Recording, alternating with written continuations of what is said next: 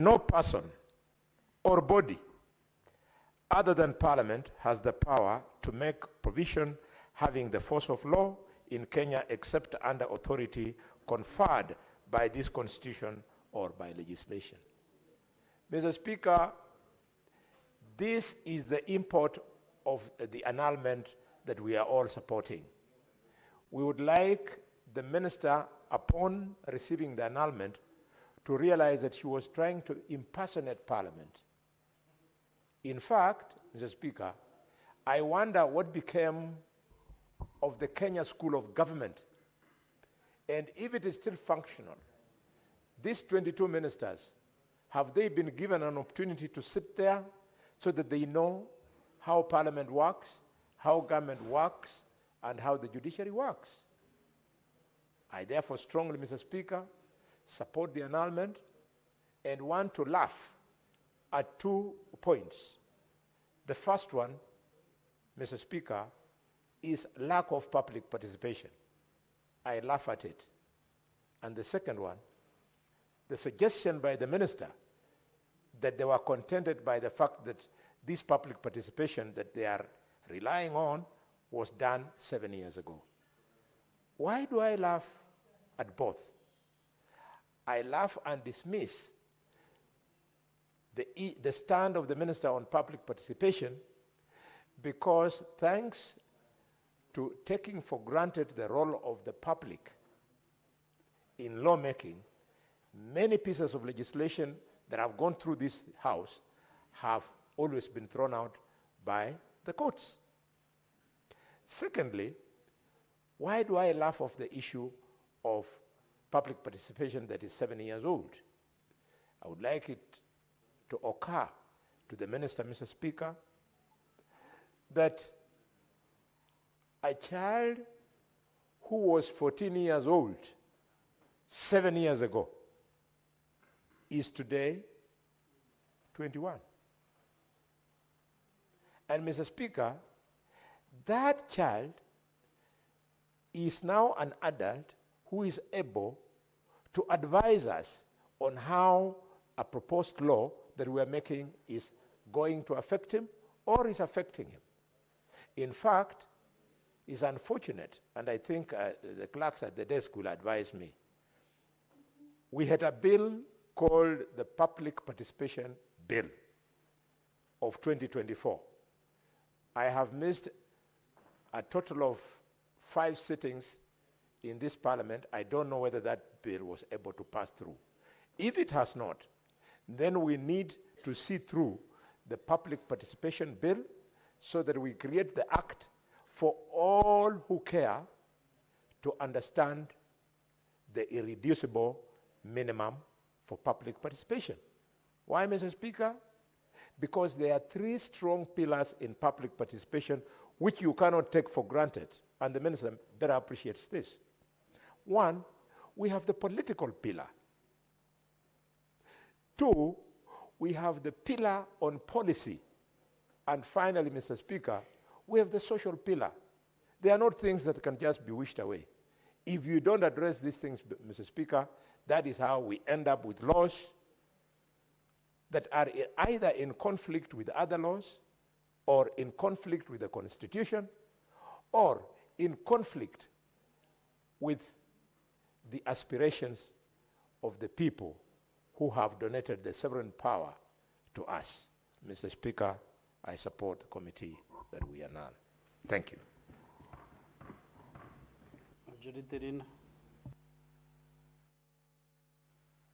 Senator Alun Cheruyoti. Mr. Speaker, I have tried to get a copy of this report for a while now because I wanted to read and establish the full reasons. It has taken time, but nonetheless, I'll comment on a very specific thing that I wanted to say. You know, Mr. Speaker, we live in a country where, for whatever reason, saying bad things about institutions, about individuals that are in public office, seem to be the vogue thing. And everybody is trying to outdo each other, Mr. Speaker, on public platform, here in Parliament, in funerals, to say the nastiest things about public institutions and individuals. I don't understand, Mr. Speaker, as a public figure, what people gain from doing such. Because unfortunately, Mr. Speaker, I have, with a bit of experience, taken time to study and appreciate the world as it is today, and realize that there is nothing unique about us as a country. We have all the indicators and the markers of a great republic. But unfortunately, due to obsession with negativity, Mr. Speaker, if somebody was to learn from us, they would imagine that perhaps they live in the world's most filthiest or most corrupt nation. Yet look at what we are doing this afternoon, Mr. Speaker. A committee of the Senate is annulling regulations that have been proposed by the executive. You will never find this in a headline. But you dare make a decision, Mr. Speaker, where you agree with something that has been proposed by the executive. Tomorrow, the Standard newspaper will carry a headline: Parliament disappoints again. Social media critics, very useless people, Mr. Speaker, some of whom have absolutely no record of anything useful they've ever done in this life, but are very critical of this institution called Parliament, Mr. Speaker, simply because they hold a different view. And sometimes Parliament does things which in their wisdom, Mr. Speaker, consider to be right. What am I pursuing, Mr. Speaker?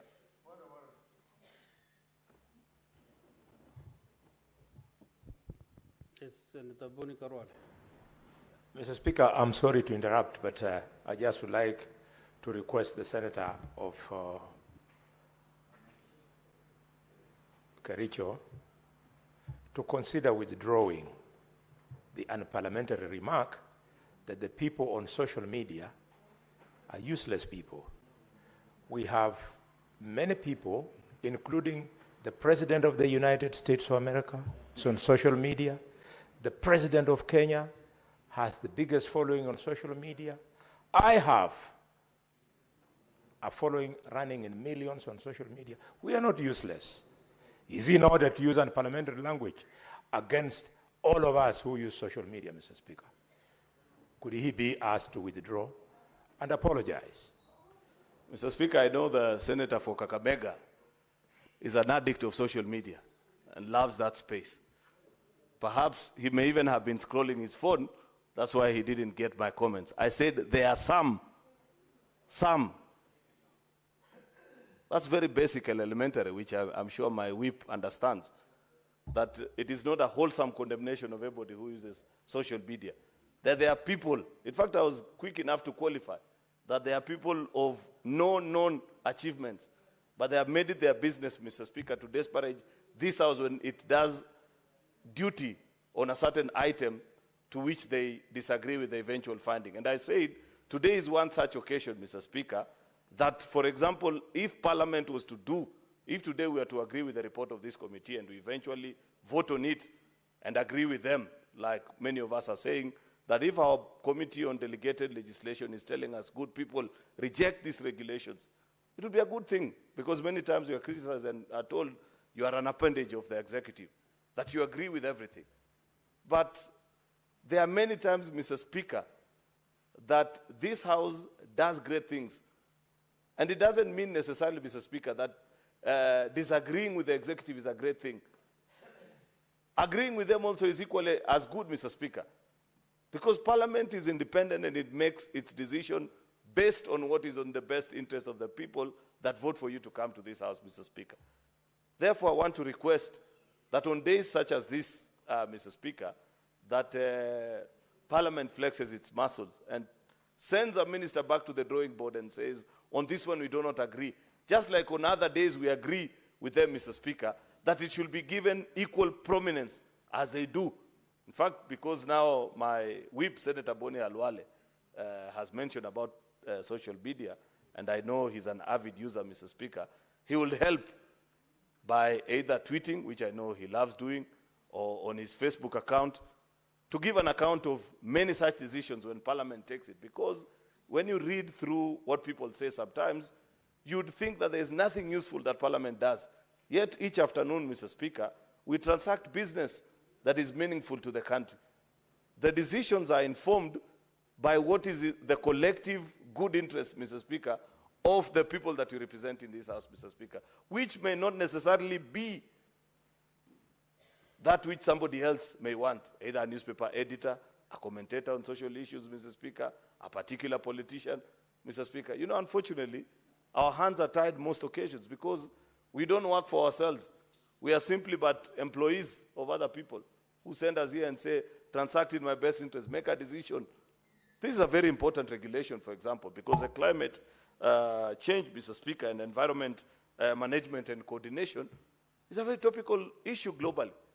Countries, Mr. Speaker, hoggle over each other on these positions. In fact, there's a lot that has been said about other countries that have walked away from commitments that have been made in other places in the climate. The UN Secretary General, Mr. Speaker, for example, spends tons of time speaking on this topic every time he addresses a gathering of the UN or even in public spaces, because climate change is real, Mr. Speaker, and it's affecting our life on a daily basis.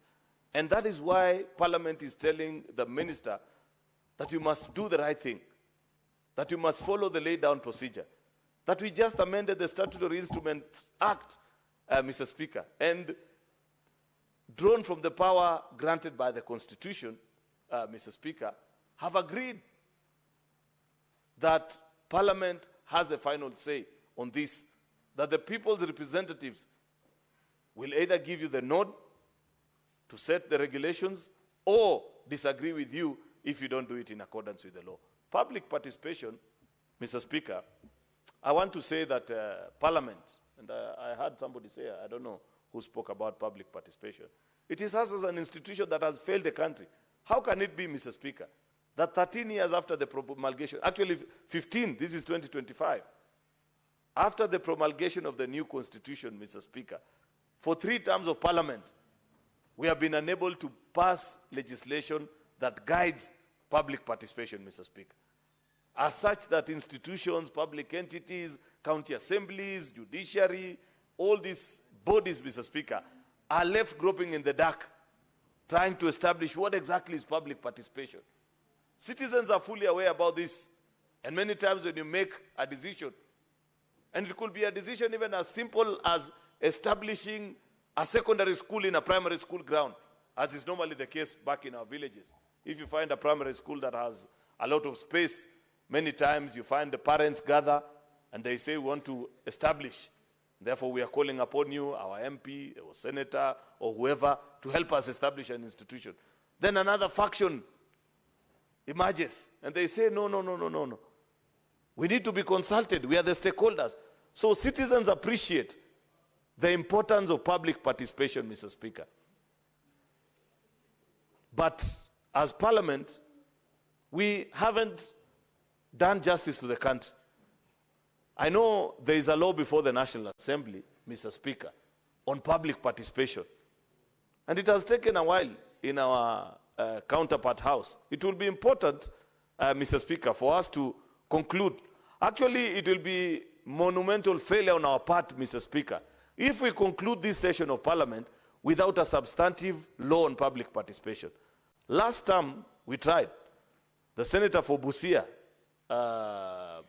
then Senator Amos Wako, brought a bill before this house. And we, being the house that we are, Mr. Speaker, which is the house of reflection, as most senates, Mr. Speaker, once they pass that bill, and I hope they can do it even during this period as we conclude on, as we head on our recess, Mr. Speaker, in the next few hours, I think by tomorrow afternoon. By the time we come back in September, hopefully, Mr. Speaker, if there is no interruption, you know, Mr. Speaker, I don't know why, for some very weird reason, each time we are just about to go on recess, you see a notice of an impeachment of a governor. And somehow it interferes with our programs, Mr. Speaker. So maybe probably we need not to go on any recess if we want governors to survive. Mr. Speaker, I've just seen a notice somewhere as well. I don't know for which county, Mr. Speaker. But I'm just concerned, Mr. Speaker, that each time After we have worked so hard, and you are about to proceed on recess, Mr. Just a Speaker. minute, Majority Leader. What is your point of order, Senator Andy Okech?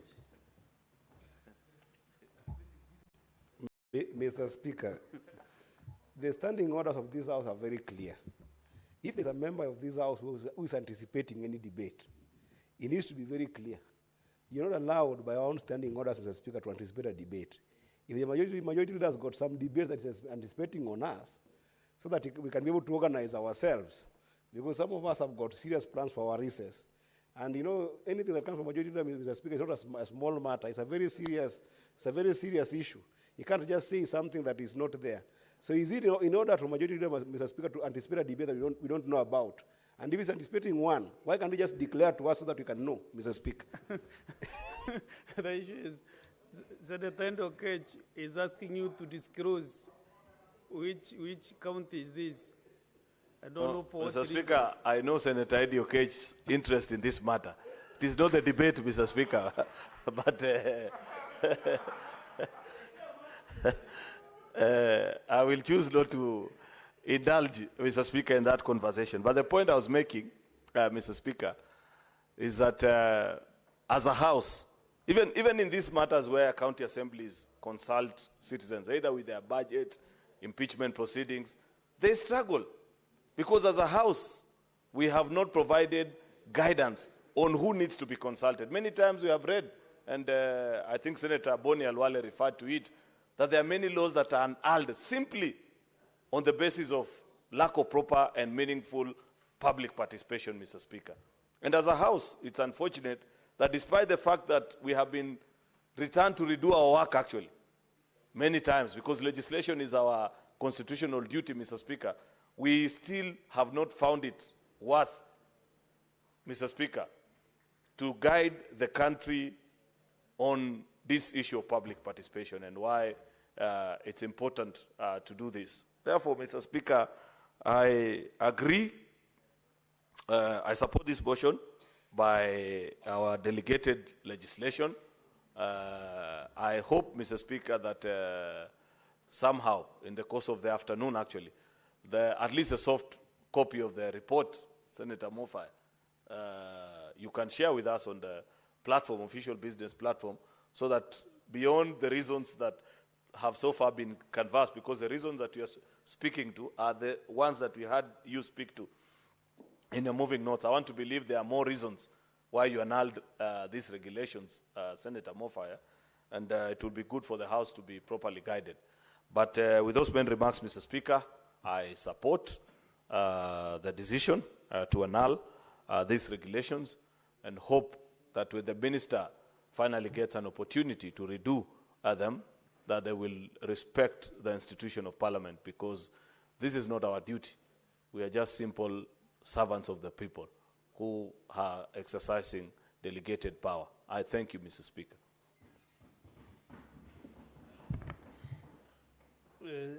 Senator Eric Okongo Mogeni. And Chair and Delegated Registration, where is the report? Or the Secretariat?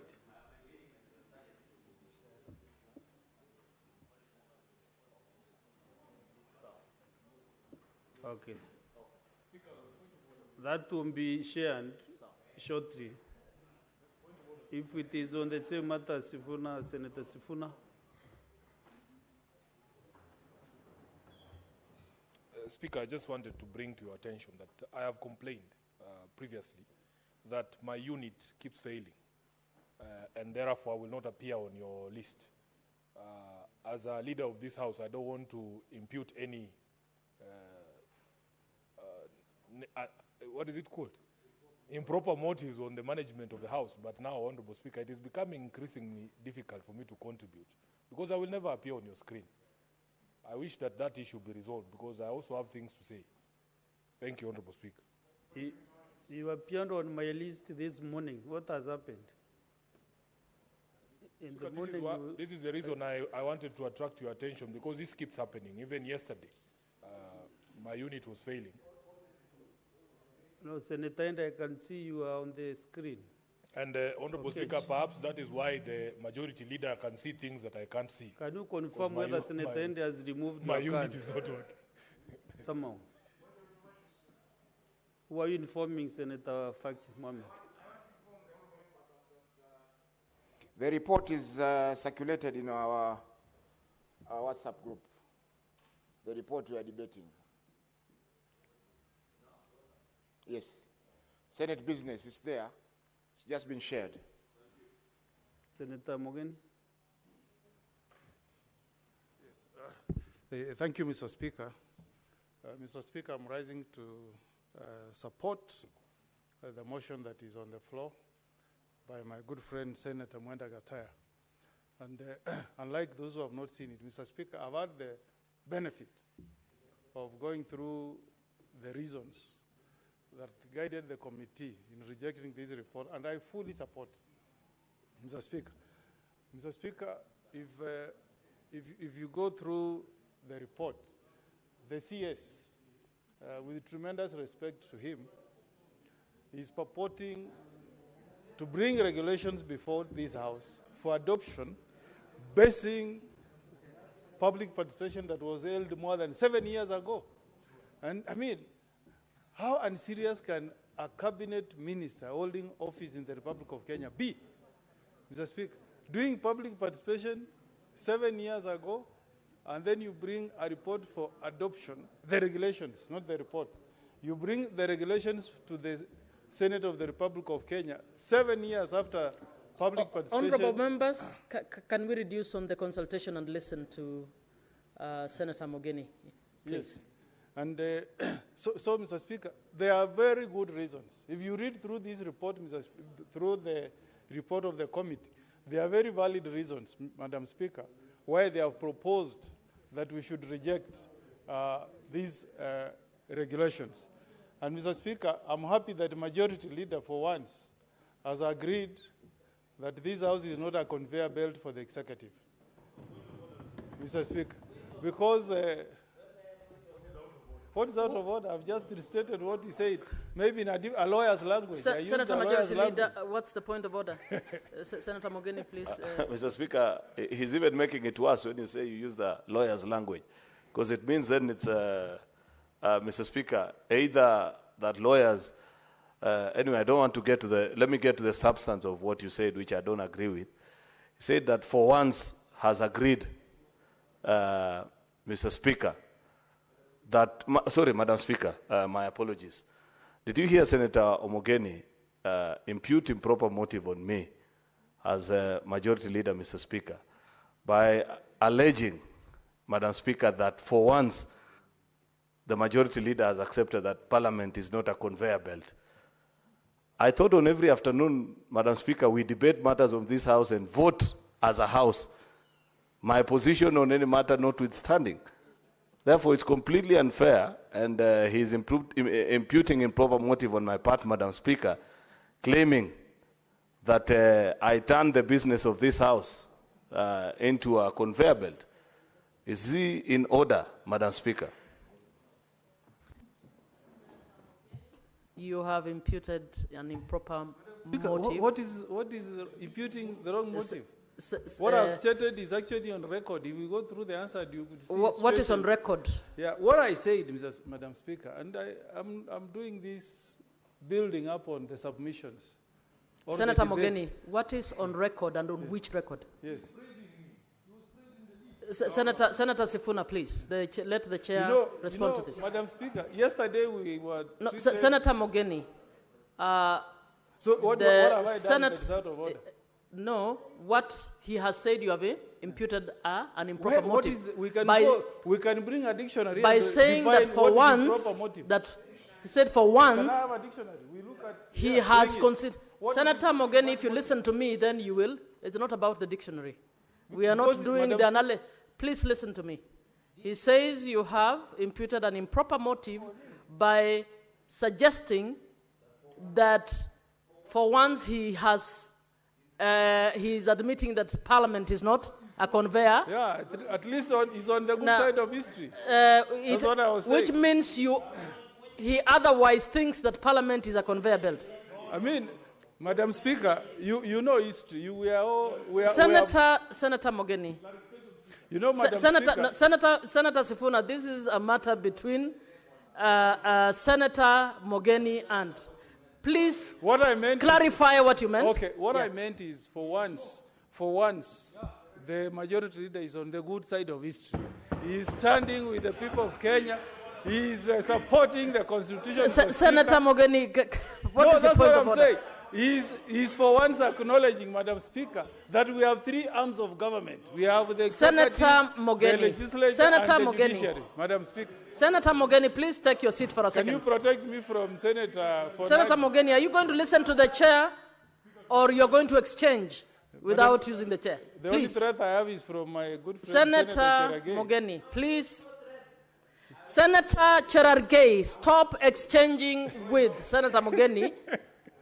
Protect me, Madam Speaker. No, you need to sit down, then we will protect everyone. Senator Majority, explain you said that it is worse. Madam Speaker, he has even made it worse now and turned it into an insult. Yes. Because, number one, the Senator for Nyamira wants to arrogate himself powers that he doesn't have. You cannot pretend, Madam Speaker, to be the judge of character in this House. Secondly, if you want to do that, Madam Speaker, then you better do it correctly. Because the Senator for Nyamira is alleging, Mr. Speaker, that I'm always on the wrong side of history, that it is only today that I'm on the right side of history. Is that fair, Senator, Madam Speaker? Senator Sifuna, can you I'm sorry, can Senator Mogeni respond to that or withdraw, please? What? You know, now assertion, Senator Mogeni, let me explain this, and I would like you to respect the chair. Your assertion that Senator Majority Leader is never on the right side of history is imputing an improper motive. In fact, can you substantiate that? Yeah, I can. Madam Speaker, when we brought the regulations... Can you substantiate? That's what I'm doing. When we brought the regulations on SHA, on this floor, Mr. Speaker, you remember the committee brought a report to this House requesting us to annul those regulations, Mr. Speaker. And during that occasion, the majority leader whipped members of that side to disagree. Senator Mogeni, is that the only occasion or he does this deal? There are more. So what I'm saying, in fact, I wanted to applaud the majority leader. So I don't know why you're giving it a negative connotation. Madam Speaker, Senator Sifuna, please. Senator, I would like to be informed. I agree. I can be informed. Yes. Honorable Speaker, I wanted to inform the senator from Nyamira that motive speaks to something in the future. But when you're giving a historical account, you cannot be said to be giving, imputing improper motive. There's no motive to do anything.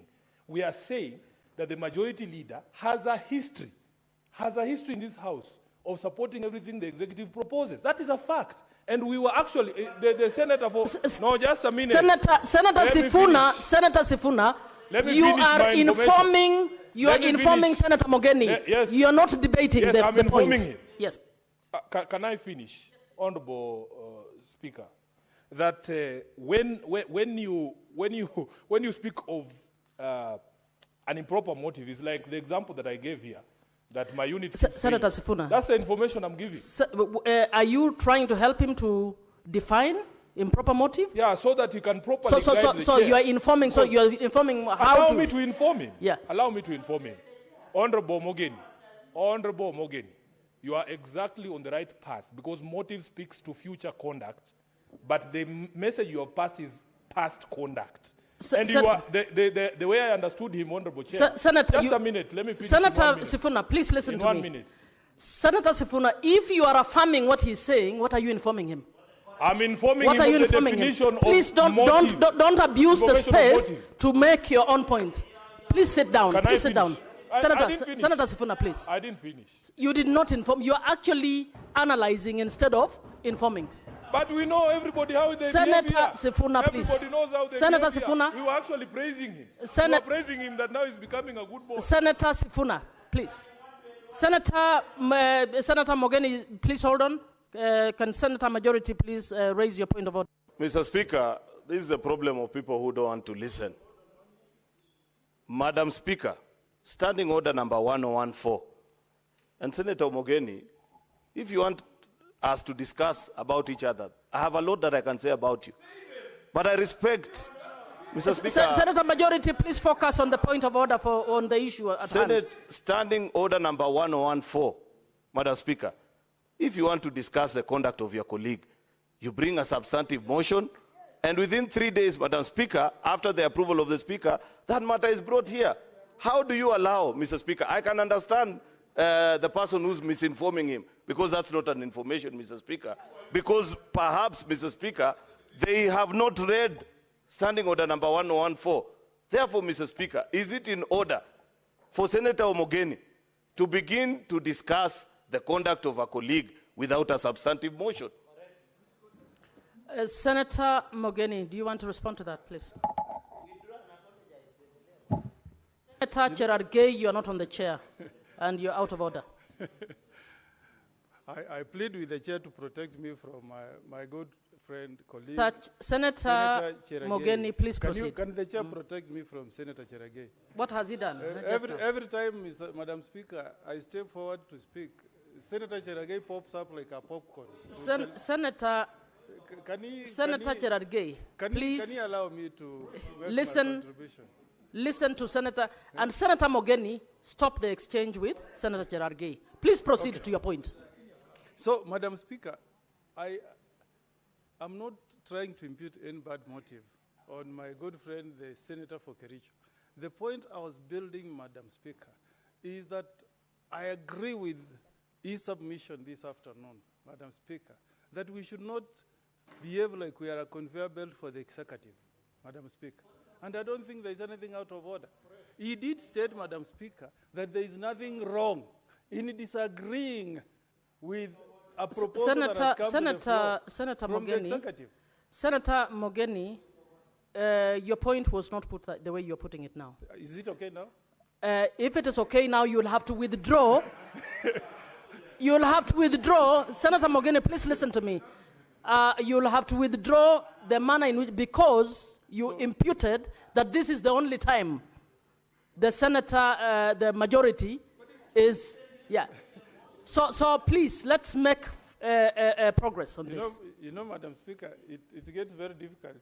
You know, you are from my party, ODM. We come here to... Senator, the chair is presiding for the House, so what not for a party. What am I withdrawing? So that I can address my mind and withdraw. Where have I gone? Imputing an improper motive on a colleague. Please do that. I apologize if I've imputed improper motive to my colleague. Thank you, Senator, and proceed with your point. So the point I was making, Madam Speaker, is that in this House, Madam Speaker, we should not always agree with the position of the executive, Madam Speaker. And we have made mistakes before. I was making reference to the share regulations, Mr. Speaker, Madam Speaker, that we got a report, a reasoned report from the committee of chaired, I believe that was by Mwenda Gataya, Madam Speaker. And because some of us thought that we were going to offend the executive, people were whipped to disagree with the report of that committee. And Madam Speaker, you know the suffering Kenyans have gone through. Because those regulations were not well thought out, they did not undergo a qualitative public participation, Madam Speaker. So when we are discussing Senator these Cherarke, things, what is your point of order? Can you? Madam Speaker, I rise under Standing Order 105 on accuracy of facts. When he says Kenyans have suffered courtesy of share regulations, does he have a facts that can prove? Senator Cherarke, I ruled that as a frivolous point of order. It's not frivolous, please sit down. Speaker. Senator Mogeni, please proceed. It's not frivolous. I have not even... I have ruled. Senator Cherarke, please sit down. Senator, please sit down. Let Senator Mogeni proceed. You know, Senator Speaker, have you heard what Cherarke. he has said? He has said that it seems like ODM is running Cherargei, the withdraw what you have just said. House. Let him withdraw. He has said that it seems ODM is running the House. Senator Cherargei, can you withdraw your suggestion that the House is being run by ODM? But it was not on Senator record. Cherargei, can you withdraw? I heard that very well. Madam Speaker, I withdraw only when the answer is produced. Senator Cherargei, can you withdraw? I have ears, I heard it myself. Madam Speaker, with all respect, I want to see the answer because I never said. Senator Cherargei, I heard that as the Speaker, and I am directing that you withdraw that Mr. Speaker, directive. Madam Speaker, Madam Speaker, I withdraw and apologize, but my point has been made. Thank you. But my point has been made. So, Madam Speaker, the point I was making, Madam Speaker, is that we were not elected in this House, Madam Speaker, to take and accept everything that comes from the executive, Madam Speaker. And I'm giving you a very clear example on the sufferings. Senator Cherargei, this is the last time I'm warning you. If you keep disrupting the House, I will actually throw you out.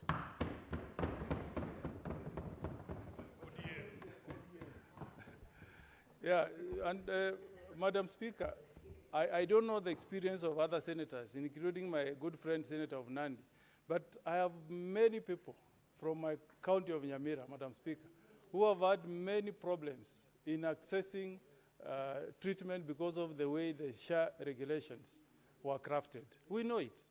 And Madam Speaker, I'm saying this with a heavy heart because I came here to fight for the people who elected me, Madam Speaker. And there is nobody, including the Senator for Nandi, who is happy when you see Kenyans who are vulnerable, who don't have the financial resources, going to hospitals and they cannot access treatment, Madam Speaker. Senator Cherargei, what's your point of order? How many times can you raise? Madam Speaker, I raise understanding order 96 and 105 on accuracy of fact and 101 on contents of speech. For Senator Okongo Mugeni, is it in order to state that I'm happy that when the vulnerable and Kenyans are suffering, the issue of SHA is working in Nandi? Is it in order to cast aspersions, Mr. Speaker? When did he, can you Madam Speaker, he has mentioned me severally. Even you can check in answer. and mention you in what context? In bad light by saying I'm happy that when Kenyans are suffering. Me, I'm like an altar boy, Madam Speaker.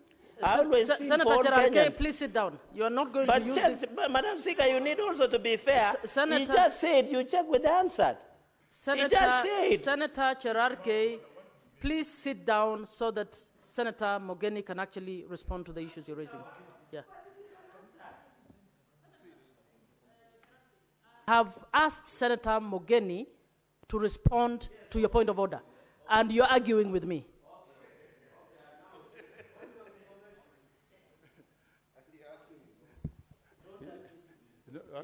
You can inform me, Senator for Kiambu. Senator for Kiambu, Senator Mogeni is fast responding to the point of order. Senator Mogeni, please. Yes, Madam Speaker, Senator Cherargei is our colleague, is a lawyer. And every law student is told to be very attentive when he's listening to proceedings. I said, I don't think Senator Cherargei will be happy to see people suffering when they don't access.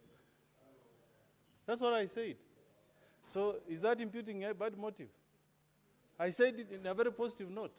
Senator Cherargei, it has been clarified what you That's what I said. think is And not Madam what was Speaker, said. So proceed. Now, what is you your... can take note, Madam Speaker, that he has interrupted my debate 3 times. May you Senator also be Mogeni, attentive.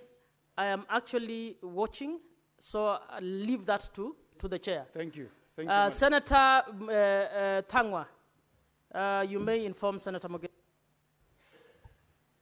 I wanted to inform Senator Mogeni that since the CS for Health, Aden Duale, banned the use of OTPs at the hospitals, SHA is not working. Reason, they say they want to use the biometric. But the doctors in every hospital, they're saying they have not been trained on how to use biometrics. So I wanted to tell you, you are right. You wouldn't want him, you believe you wouldn't want Kenyans to suffer when SHA is not working. And it is not working everywhere in the country. And I would want him to go to any hospital today. Senator Thangwa, you are informing him not using the opportunity to debate. So I'm not debating. That's how I talk, Madam Speaker. That's how I inform. I can also inform you like that. I come from Kiambu. That's how I talk, Madam Speaker. Senator, you have made your information. It is the message. It is not the tone, it's the message, Madam Speaker. Senator Thangwa, you have done the information. That's what I'm saying. Senator Mogeni. He's informed.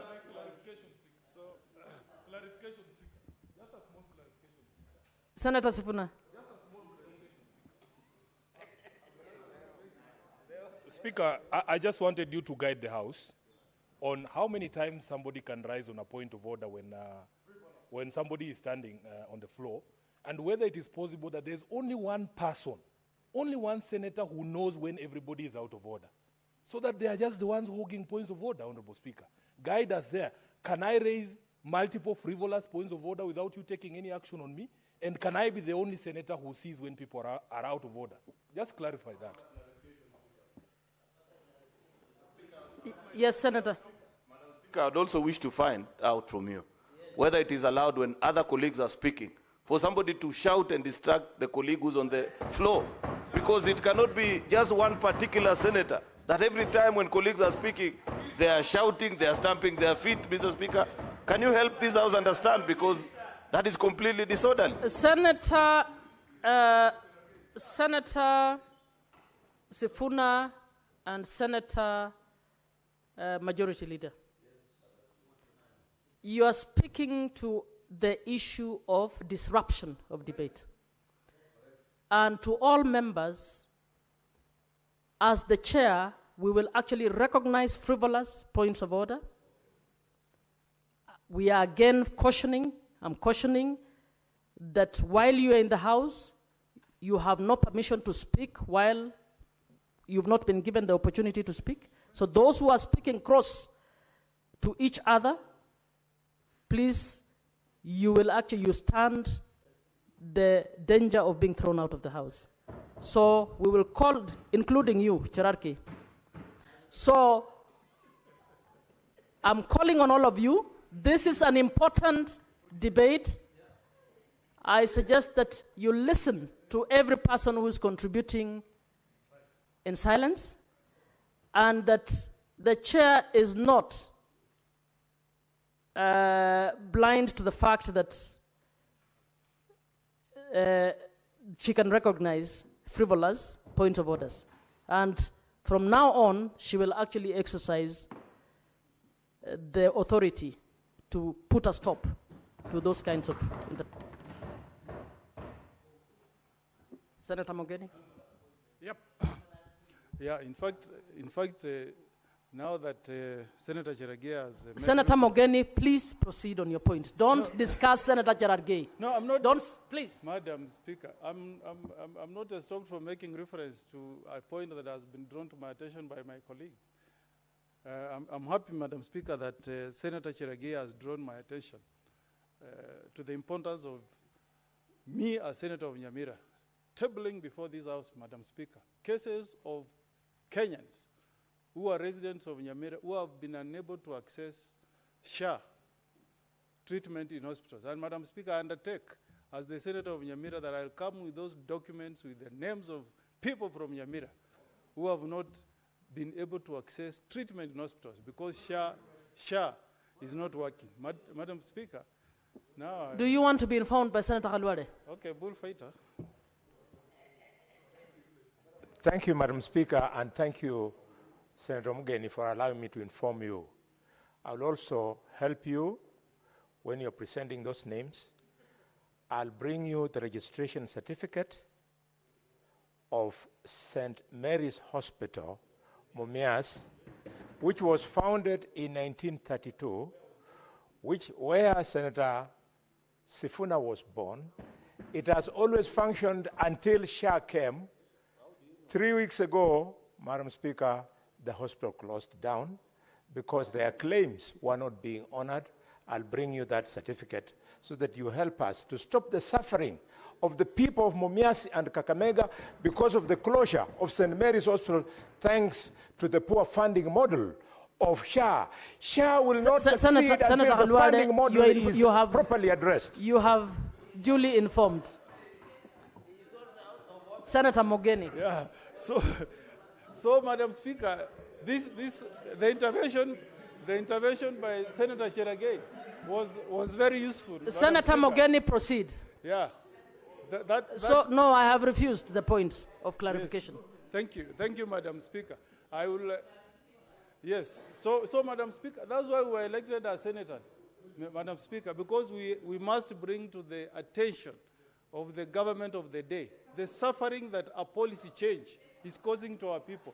Madam Speaker, I have said this on this floor, Madam Speaker, that the interest of any senator is to ensure that you put smiles on the people you represent, Madam Speaker. What smile am I putting on people, Madam Speaker, if every time you go up country, you go to your county, you are reminded that NHIF used to help us access treatment in hospitals, Madam Speaker. I neighbor a mission hospital called Lichuni, Madam Speaker. And that is the best hospital in terms of facilities, run by the Catholic fathers, Madam Speaker. But as we speak, many people, including my own neighbors, are not able to access treatment in those hospitals, Madam Speaker. So what is the purpose of bringing a policy change, Madam Speaker, that brings pain to the people that we are supposed to lead, Madam Speaker? So I want to state on this floor that if you challenge us, Madam Speaker, to table the documents, I'll come even with a box of evidence to show you the kind of suffering Kenyans are going through. And when I was making reference to regulations, Madam Speaker, and building the point, Madam Speaker, that when I went to school, I was taught about a theory called cognitive, if I've not forgotten, cognitive theory, which says once you attain 12 years, you will never think the same. So even a cabinet secretary should know, or the executive should know, that when they propose a law, Madam Speaker, to the floor, the 68 senators don't have to think the same, Madam Speaker. You remember we made proposals to amend the housing levy. Very progressive proposals. They were rejected because we were told the position of the government must carry the day. Those taxes have caused a lot of pain, Madam Speaker. They have caused a lot of pain.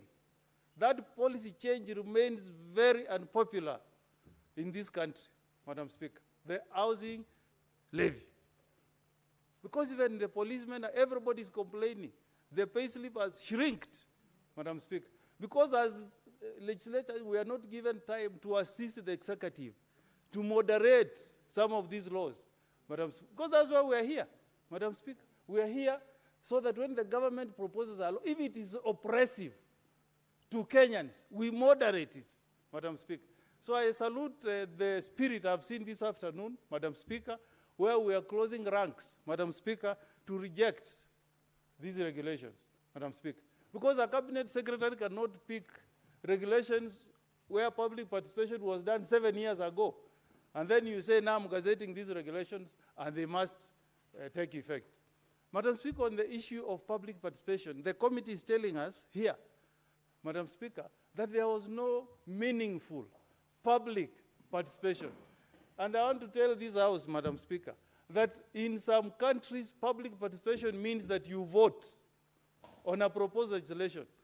Madam Speaker, if you go to Switzerland, any proposed law, okay, like what we are just discussing, you want to deny Kenyans the right of using NHIF to share. Madam Speaker, you take that to a vote. That's what they call public participation. Our constitution has it there that there must be public participation, Madam Speaker. Next time we enact a law, Madam Speaker, let us make it very clear, Madam Speaker, that for any change in a policy that is as drastic as what I've seen in SHA or in housing levy, the people must vote on it. That's what we call public participation, Madam Speaker. If you go to Australia, Madam Speaker, any change in policy must have the approval of the people. Even proposing that a bar should close past 9. You take it to the people and they vote, Madam Speaker. In London, Madam Speaker, before you even cut a tree to affect the environment, the fresh air, in an area, you go to the people and they pass that policy in a vote, Madam Speaker. For the Australians to allow same-sex marriage, just changing the law to say a man can marry another man, they had to go to a referendum. It passed narrowly by 52%. They did not say that we just go and ask people here and there. No, the people had to vote on it. That's what we call meaningful public participation, Madam Speaker. Because what is the purpose of taking a law to the people? They tell you they don't disagree, Madam Speaker, but we still go ahead and enact it. Because we are exercising delegated power on behalf of the people who elected us to this house, Madam Speaker. That's why, Madam Speaker, when this the report of delegated committee tells us that there was no meaningful public participation, I fully agree with it, Madam Speaker. And that is what is guiding me this afternoon, Madam Speaker, in stating that I agree fully with the Committee on Delegated Legislation that we should reject these regulations, Madam Speaker. And, Madam Speaker, at times, we want to make it so hard for people who are coming to be investors in this country, Madam Speaker. Why are countries like Dubai ahead of us? It's because they have made it easy for people to do business. They have made it easy, Madam Speaker, for people to move to Dubai and build homes. But in this country, we are just thinking about regulations.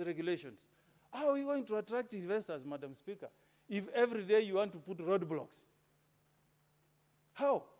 We cannot be competitive, Madam Speaker. It's 4 hours away between here and Dubai. In 1970, Dubai was not useless, it was a struggling third world country, a desert like us. But because of the policies, the regulations that they put in place that are very attractive, they tell you, this thing you call a tax, they say we will make your life comfortable. We will not overburden you in terms of the tax you pay. That's why even as a country, Madam Speaker, let us re-examine our taxation policy, Madam Speaker. Because if you overtax investors, they will go to other jurisdictions. They will go to Rwanda and look at the tax regime. If they find it more attractive, more accommodative, they will move there. And who suffers at the end of the day is us, Madam Speaker. And it's the people who come to invest who will provide employment to the many youths who are out there, who are jobless, Madam Speaker. Because government cannot employ everybody. These unemployed youths cannot all be absorbed by the Public Service Commission, Madam Speaker. So when we reject regulations that are going to make it burdensome, Madam Speaker, for investors to come, we are doing the right thing as the Senate of the Republic of Kenya, Madam Speaker.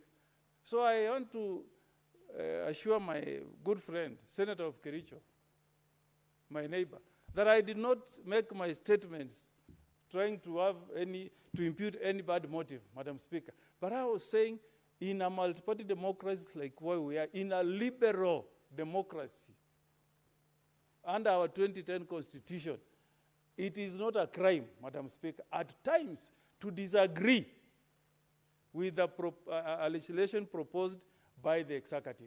Madam, there is nothing criminal. That's why we are a multi-party democracy, Madam Speaker. That's why we are paid as Kenyans to receive legislations, take them through public participation, make a report to this House, and then the House either agrees or rejects. There's nothing criminal about it, Madam Speaker. And you know that those who are before us have made mistakes. The people who are here in this House passed Section 2A in 1982. But later on they realized it was a mistake. Yes, let's learn from history. Senator Thangwa.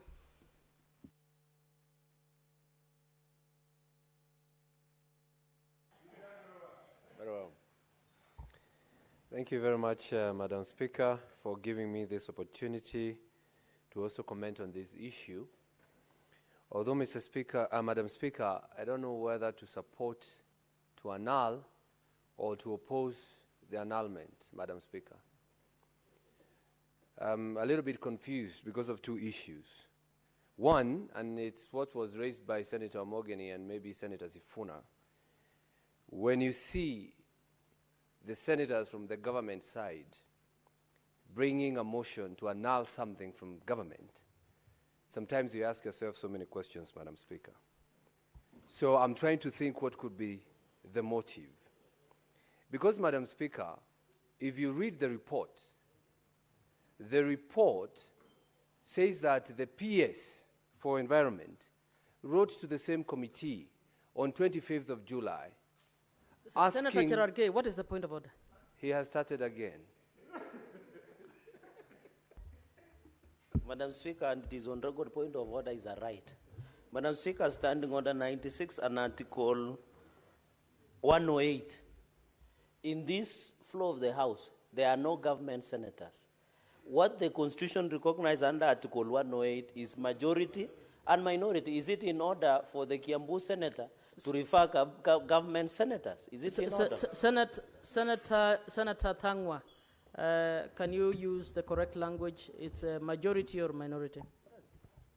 Madam Speaker, as I was saying that I'm not sure whether to support or to oppose, because when you see the majority side of this House, that's always fight for the same government. Even when you mention the name Ruto, they'll come up with a point of order. When you mention that name, there will always a point of order, Mr. Speaker. Today, they are telling us to oppose the government that they have always been defending here. So I'm a little bit conflicted, Madam Speaker. And as I was saying, that is one of the reasons. I'm trying to understand what they're trying to do. But number two, Madam Speaker, number two, the PS for Environment wrote to the same committee on 25th of July this year, a few days ago, telling the committee, I have withdrawn the regulations. Give me a bit of time to go and conduct fresh public participation.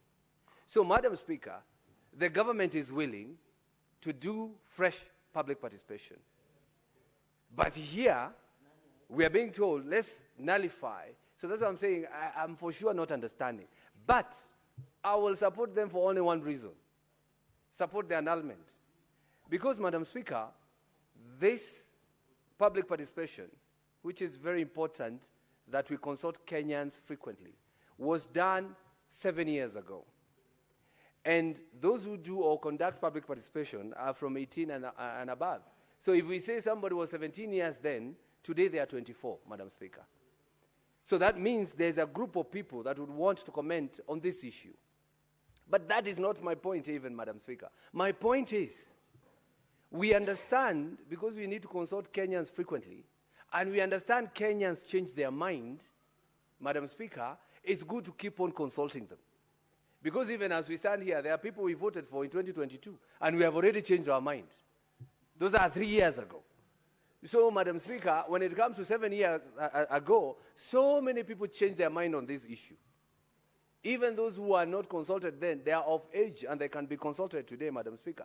So I'm only supporting them on that issue because we have been vindicated. People can change their mind in whatever time, Madam Speaker. So for now, I'm supporting them because of that.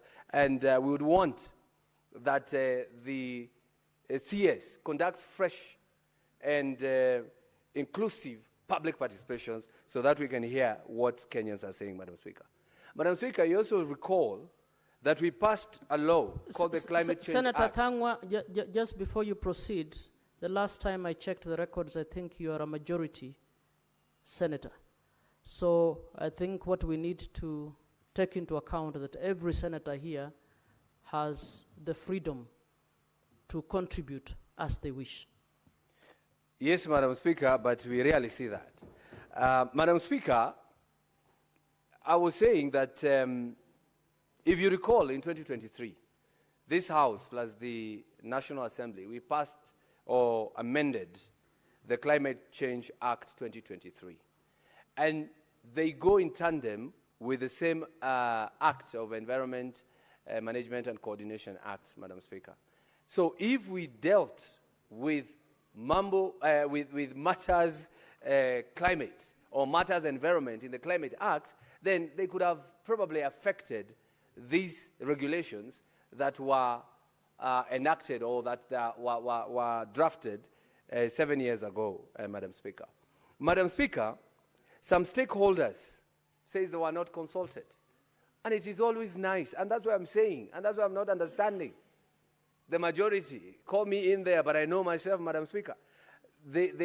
I don't understand why they are so much into it that this time we want to listen to the people. But on some instances, Madam Speaker, when we are on this floor, nobody wants to listen to the people. And that's what we have been saying, Madam Speaker. But we have indicated, and we are happy. And this should be the spirit, that everything that comes to this floor, let the people be listened to. Let the people be consulted. Let there be public participation, Madam Speaker. And that's what they're saying, Madam Speaker. It has been quoted out there, skis are ground, Madam Speaker. People should be listened to at whatever level, at whatever aspect, Madam Speaker. Madam Speaker, what you are calling for by annulling these regulations, Madam Speaker, is that we call for fresh, inclusive engagement. That's all, Madam Speaker, and I support the annulment. Senator Sifuna. Thank you, Honorable Speaker. I want to start by, applauding the Committee on Delegated Legislation led by Gataya Mofaya for this bold decision that has led the House to rally behind the entire committee, that when something is wrong, we as a leadership have a responsibility to say that it is wrong. Honorable Speaker, the key reason why the committee has decided that we annul these regulations is because the ministry responsible is bringing to us regulations claiming that participation of the people was had 7 years ago. That is in 2018, Honorable Speaker. Very many things have changed between now and 2018. In fact, Honorable Speaker, I don't think that 7 years ago, I had just been appointed as SG of ODM. There's been a long, long period. This is my 8th year there. There's a lot of things that have changed, including in the political space. Speaker, just for perspective and to understand how important it is for the government to understand that when Parliament passes a law, it is the responsibility of government to operationalize that law so that the people can enjoy the benefits of that legislation. It is unconscionable to go 7, 10 years without actually having actualized the law. And I want to give this House the most poignant of examples, Honorable Speaker. There is a bill that we passed as a parliament in 2017 called the National Coroner's Service Bill. In the current context of the discussions about police brutality and the killings that are attributable to the security forces, Honorable Speaker, and the difficulty that the Independent Policing Oversight Authority is facing investigating these crimes and actually bringing rogue officers to book, Honorable Speaker, it is unconscionable that 8 years later, somebody is sitting on the regulations that would operationalize the National Coroner's Service Bill. This particular bill, Honorable Speaker, would require mandatory reporting of all deaths and setting up of a coroner's service that would investigate all violent and sudden and suspicious deaths and make it easier for IPOA and the prosecutorial powers to actually go after the rogue police officers. Honorable Speaker, I am happy that in this particular House, out of the NADCO process, one of the NADCO bills, we have made a proposal to criminalize or to put criminal penalty on people whose responsibility it is to bring these regulations and who either neglect, fail, or refuse to come up with the regulations or sit on them. I was told a story, Honorable Speaker, that there exists a situation in this country that the head of public service has abrogated himself the right to approve gazette notices and the gazettement of regulations. Now, as far as I understand the legislative process, Honorable Speaker, the head of public service has no legal basis or constitutional basis to be the one to determine the contents of regulations when they are gazetted, or if at all they are gazetted. It is something that needs to be looked into, Honorable Speaker, because these issues are critical. These issues are critical, Honorable Speaker. When we talk about the specter of extrajudicial killings, people think we are just saying because we like to oppose everything that government is doing. But they have consequences on the standing of the country and the nation that is Kenya on the world stage. Just recently we were told, Honorable Speaker, that the US Congress is now reviewing the major NATO ally status of Kenya, and part of the review will cover these cases of abductions, torture, and violence against civilians. It has become difficult for us to find justice against the rogue police officers who have killed our young people because of failure by people in government to actually put in place regulations for important bills, such as the coroner's service bill. Speaker, I will not take more time than that, just to appreciate our colleagues in that committee, chaired by Mofaya, Senator Faki, Maanzo Montet, and the others, including Boy Juma, for putting a foot down. And the point that the senator for Nyamira was making, Honorable Speaker, which I thought was misunderstood, is that every single opportunity, we as a House must validate our space in the constitutional order, because there exists separation of powers. The executive should not know how the House will treat a proposal that comes from them before the proposal lands on the floor, because there is an expectation that we've been given constitutional power by the people to give an objective view of every single proposal that has come from the executive, so that it doesn't matter if I was elected on the ruling party or the party that is in opposition. I, as a member of this House exercising that legislative power, at the very minimum should give Kenyans an objective review of that proposal before I say nay or yea. Speaker, Khalwale has just informed me that the hospital where my placenta was cut has now been shut down. And it reminded me of the debate about Senator Kajwang's former university. Senator, it's the placenta of your mother. The placenta is shared by the mother and the child. I don't think any party can claim whose placenta it is. It is also mine, and I can text my mother here to confirm whose placenta it was. Proceed, Senator. But anyway, it reminded me of that debate, Honorable Speaker. I don't know if you recall, when Moi University was facing closure, and Senator Kajwang, who went to Moi University, was asking, now what will I tell people? When they ask me, which school did you go to? How can you make reference to an institution that does not exist anymore? So I am finding myself in the same dilemma as the Senator from Homa Bay, Honorable Speaker, that now I can no longer convince people that I was born in a decent faith-run institution, Honorable Speaker, because it has been closed down. And we must do everything. We must do everything. Because in 1982, Honorable Speaker, to find an institution such as that was able to safely deliver somebody who can become a senator for Nairobi, it was not easy, Honorable Speaker. So it breaks my heart that has befallen that hospital, and all it takes is for this government to ensure that the system they have put in place when it comes to management of our healthcare, it works. If it works, you don't need to defend it. You see, this is the problem I have, Honorable Speaker. Everybody can see when something is working, and if you defend it so hard, and the people in the villages there, I was in a very rural village called Luhome, somewhere in Saboti, Honorable Speaker, over the weekend. And I can tell you, the question was put to those women. They have lost Linda Mama. SHA is no longer working. It doesn't work for them. So why do we insist, instead of just taking back this feedback and tweaking the system, the way that CBK dealt with the questions that were raised about voiding of payments, and they have told us that they have taken steps to ensure that it will no longer be possible for county officials to void payments. That is the sort of government we want, a government that just listens to criticism and takes corrective measures. I was very pleased myself when, after bringing the question of university accommodation fees here, the ministry actually took steps to correct that. That is what we expect from a government that is responsive, not just being defensive and sending hecklers to heckle us down here in Parliament whenever we raise these issues. People like, I don't want to mention them, Honorable Speaker. I've finished. Thank you. Senator Tabitha Mutinda.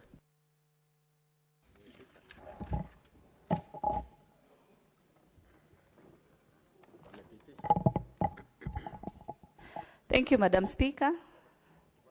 And I rise, first of all, to really appreciate the Committee of Delegated Legislation, led by none other than the Senator of Tharaka Nithi, Mofaya.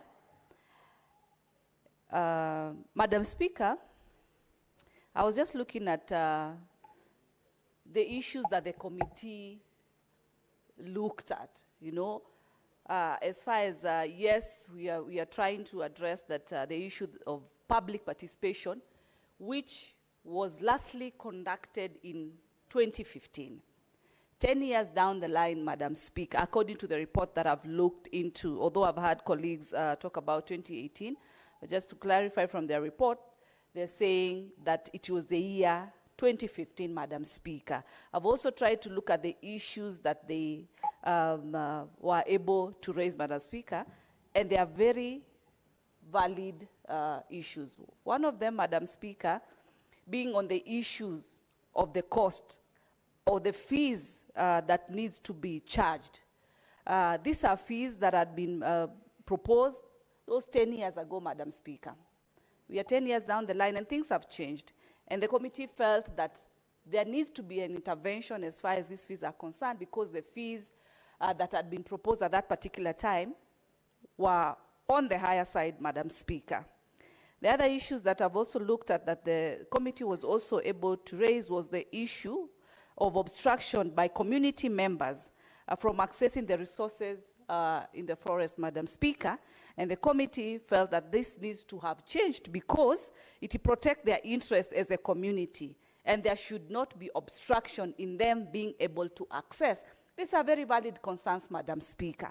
And these issues can only be addressed when proper public fair participation is done, and the people are given an opportunity to be able to air their views, give their proposals, offer their submissions, Madam Speaker, so that some of these issues can be able to be addressed. And it is good that institutions respect the process of legislation, the process that requires maximum public participation. Madam Speaker, that is why we normally, as committees, have budgets of media budgets. These are budgets that are entitled to each committee, whereby the committee is able to advertise to the public for those who wish to participate in the public participation, Madam Speaker, so that they are able to maximally bring in their views. The committee is able to look at, into those issues and also be able to give guidance or see what fits here, what does not fit here, and all that. That is the main reason, Madam Speaker. And it is important, Madam Speaker, to say, if it was just in our space to legislate without public participation, then, it will not really be fair to the public, because these laws are not for us as individuals, as members. These laws are for this country, Madam Speaker. And they cut across for every Kenyan, Madam Speaker. And so advertisement of the same is very important. Madam Speaker, I've seen also whereby the same committee, delegated committee, Madam Speaker, was able to question where, if the ministry had prepared and submitted a regulatory impact statement, and there was no documentation that had been provided to show whether the public was notified, Madam Speaker. And the committee was able to trace that there was no documentation that could be traced at all. Very valid concerns, meaning that the committee was able to dig deeper. First, on if there was any documentation, and two, analyzing the regulations that are currently in place. Are they worthy to be in place in this year, 2025? Madam Speaker, further then, when you look at the years that we're talking about from 2015 to date, when we normally invite most of these public offices or these different stakeholders, in most cases they are normally accompanied by their legal teams. And so I really wonder where the legal department has been, because this is laxity for the legal department in the same ministry.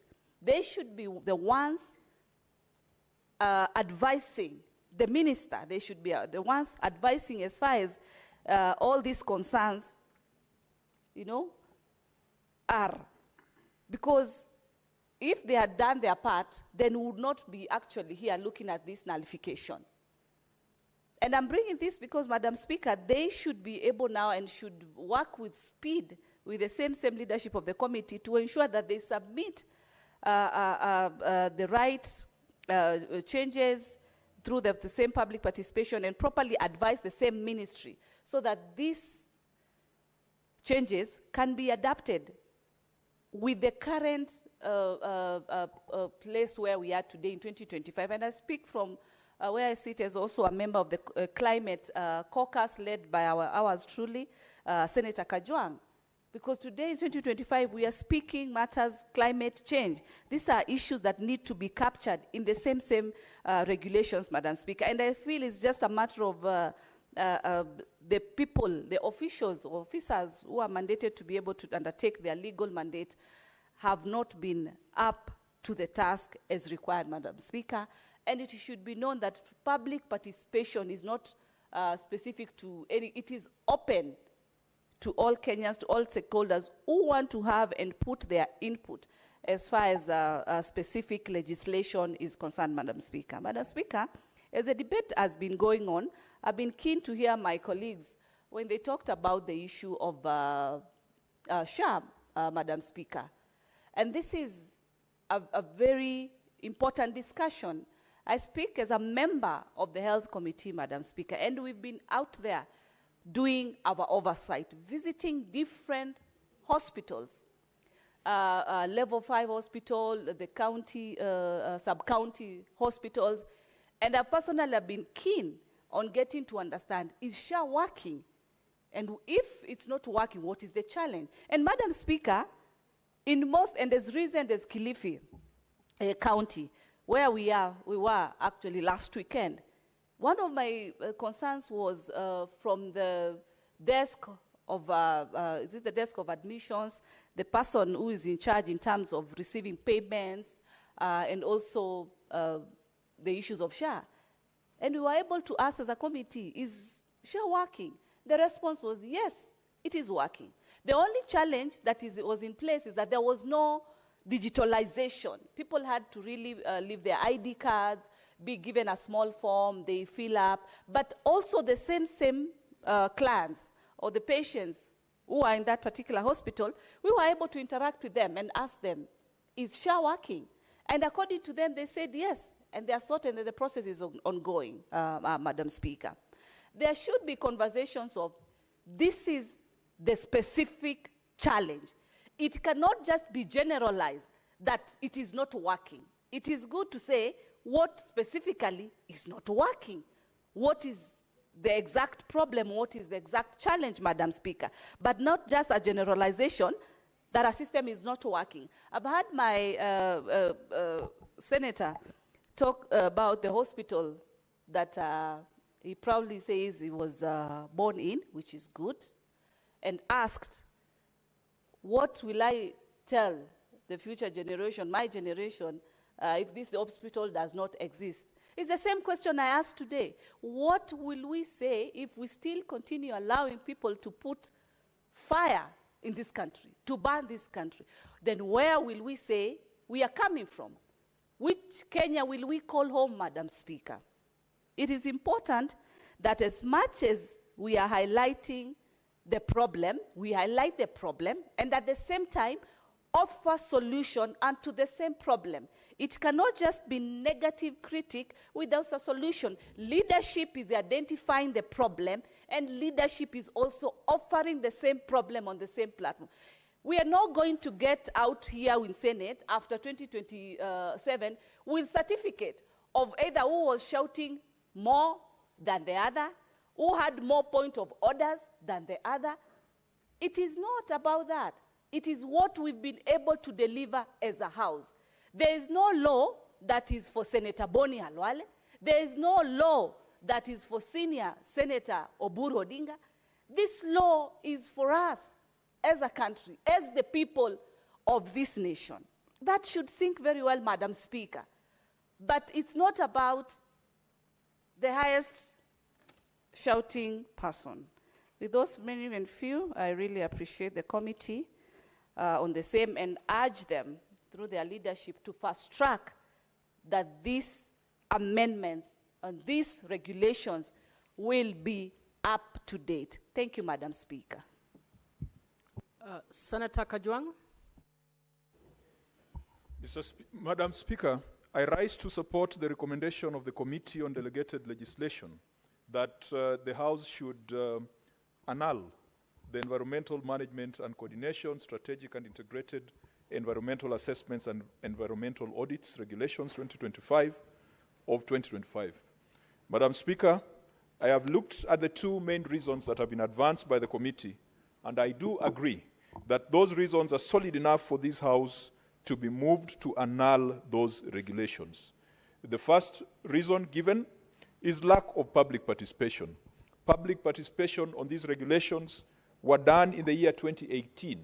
And Madam Speaker, if you live in this country, you know that the political environment and terrain in this country has changed significantly from 2018 to date. Perhaps even the aspirations of Kenyans have changed. Perhaps even the policy and focus of government has changed. In fact, it has changed significantly. In 2018, Madam Speaker, we are talking of the Big Four. And 2018, Madam Speaker, one very interesting thing is that Senator Boni Khalwale and I were riding on the top of a similar vehicle when we were welcoming Baba from we were tear-gassed, we were clobbered for 6 hours. When we got to Gikomba, Madam Speaker, the traders in Gikomba came out with the sticks and rungus and were generally very violent.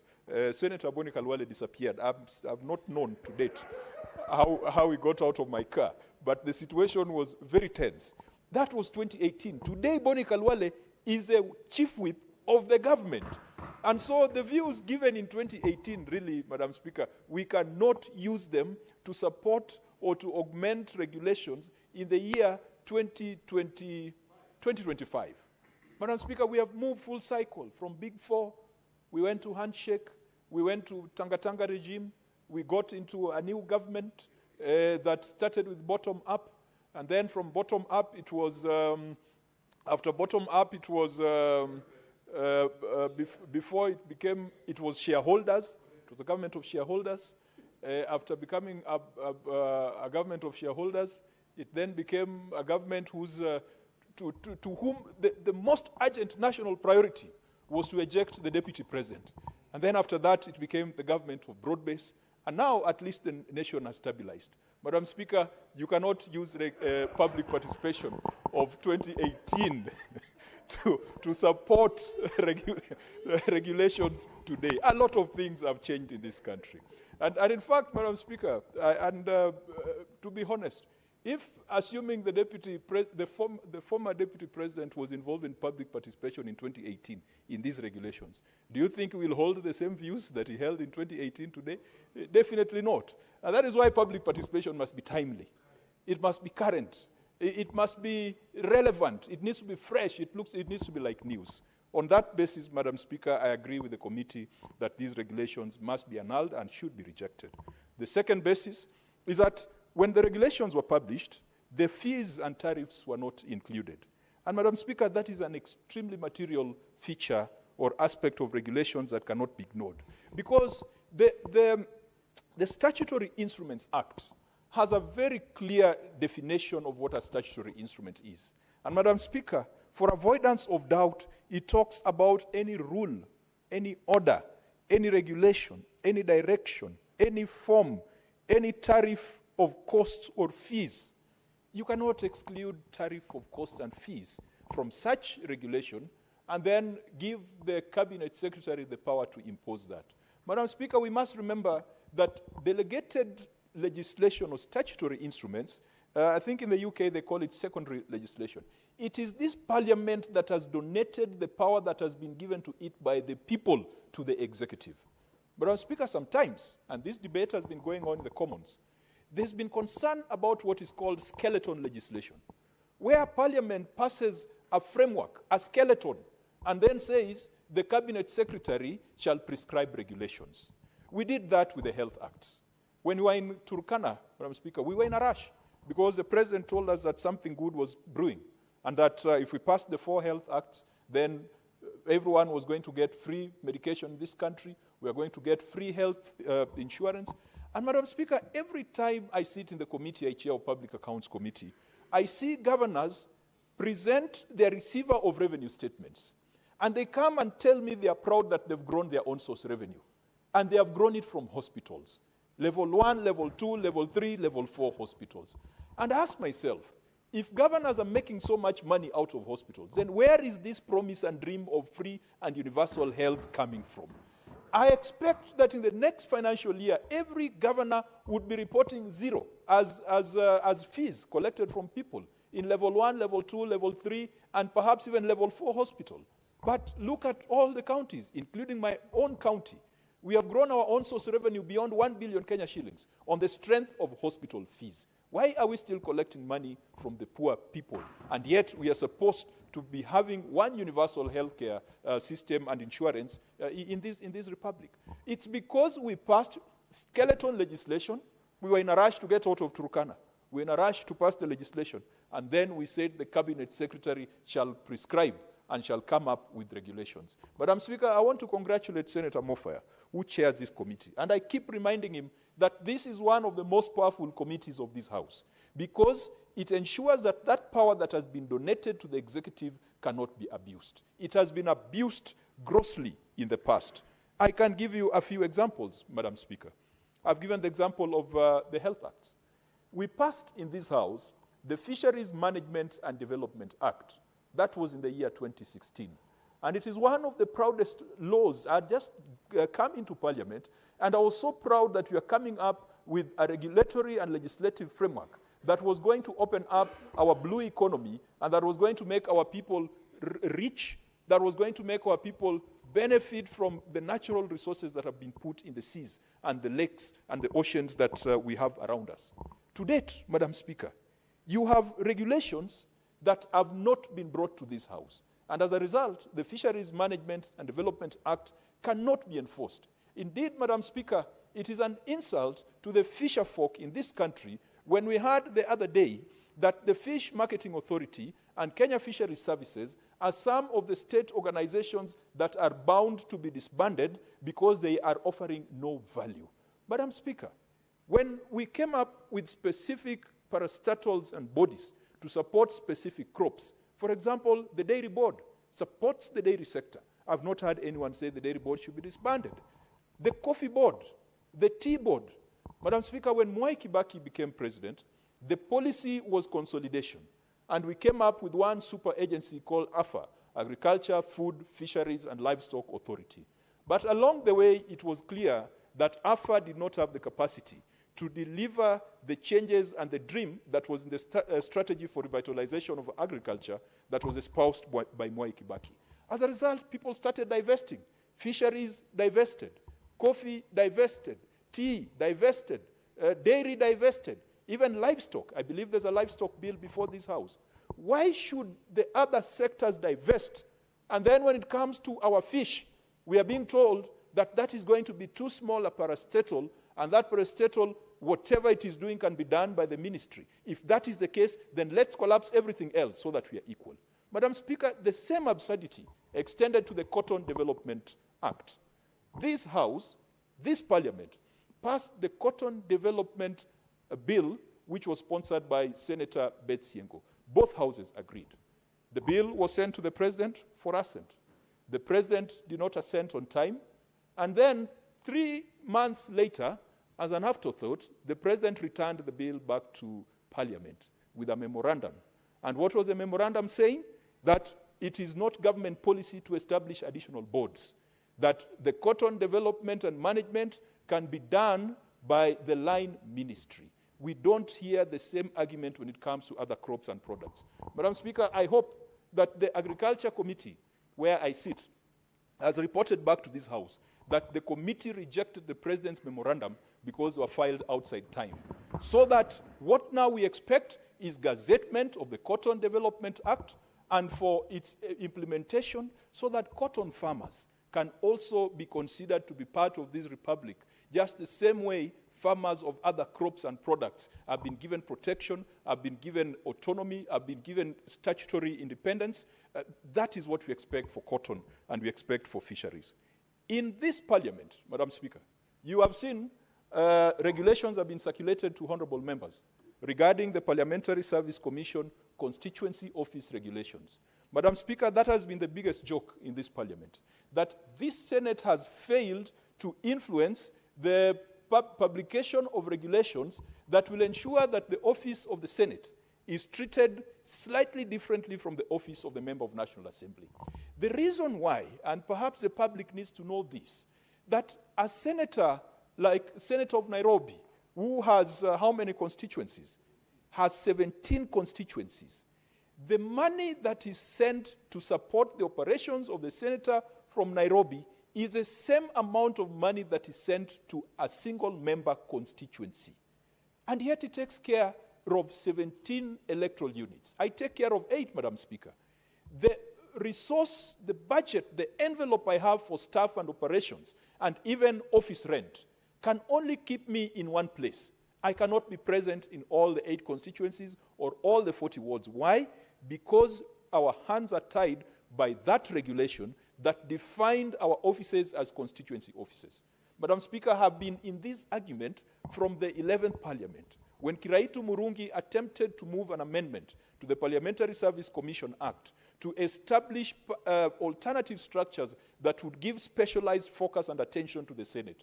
It was killed in the 11th Parliament. In the 12th Parliament, we tried again. We even went to the United States of America, Madam Speaker. We visited about 5 states. We went through state legislatures to understand the relationship between state legislatures, to understand the relationship and operations of Congress and the House of Representatives. We came back with a report. Again, we proposed amendments to those regulations. They were again vetoed. They were actually vetoed by the other house, and that time, our late departed friend, the late senator for Baringo, the Honorable Cheptumo, was the chair of that committee. I am glad that before his demise, he had the decency and he had the courage to apologize in this house, because he said when he was on that side, he never understood what happened in the Senate. So, Madam Speaker, statutory instruments and delegated legislation has been used and has been abused, but people think that it is the laziness of representatives in these houses that leads to that abuse, that we are quick to pass a framework or we are quick to pass a skeleton of a law, and then we leave it to the cabinet secretaries to fill the blanks. And some of them really abuse that. One of the abused statutory instruments was the Equalization Fund Management Regulations. Madam Speaker, those regulations came to this House at the end of the 12th Parliament. There was a lot of pressure. There was a handshake scenario. And then the chair of that committee was the senator from Mombasa, Senator Faki. And so Senator Faki had to convince the House to pass regulations that excluded senators from the Equalization Fund. And the regulations created structures at county level where the money from the Equalization Fund would be managed through a county technical committee chaired by the county commissioner, where the county government had only one representative, one CC. But the NGCDF also had a representative in that county technical committee. It went down to the constituency technical committee, all the way down to the ward technical committee. Today, many of us are unaware of what the Equalization Fund is doing in our respective areas. Even governors do not know what the Equalization Fund is doing. Why? Because the money is considered to be national government that is managed through national government administrative structures. And that is why yesterday we had this problem, where the National Assembly has come up with a parallel bill on the Equalization Fund, because they still think that that money is theirs, that money is for their control, but we allowed it to happen, Madam Speaker. I wish Senator Faki was here. He would have told us that he promised this House that let us pass these regulations to allow access to the fund, because the fund had not been drawn for a long time for lack of regulations. And he promised, and he told us here that the government had promised that we're going to bring amendments. To date, I do not think the amendments that have been brought. And so that is why we must annul these regulations, so that no one promises us that they'll be amended. They will never be amended out of experience. Madam Speaker, let me finalize by calling upon my colleagues that whatever we are doing here in this House is our primary responsibility as elected leaders. Madam Speaker, A poll was conducted in the United Kingdom to find out what the public expects of members of parliament. Lawmaking was like the last priority or the last expectation.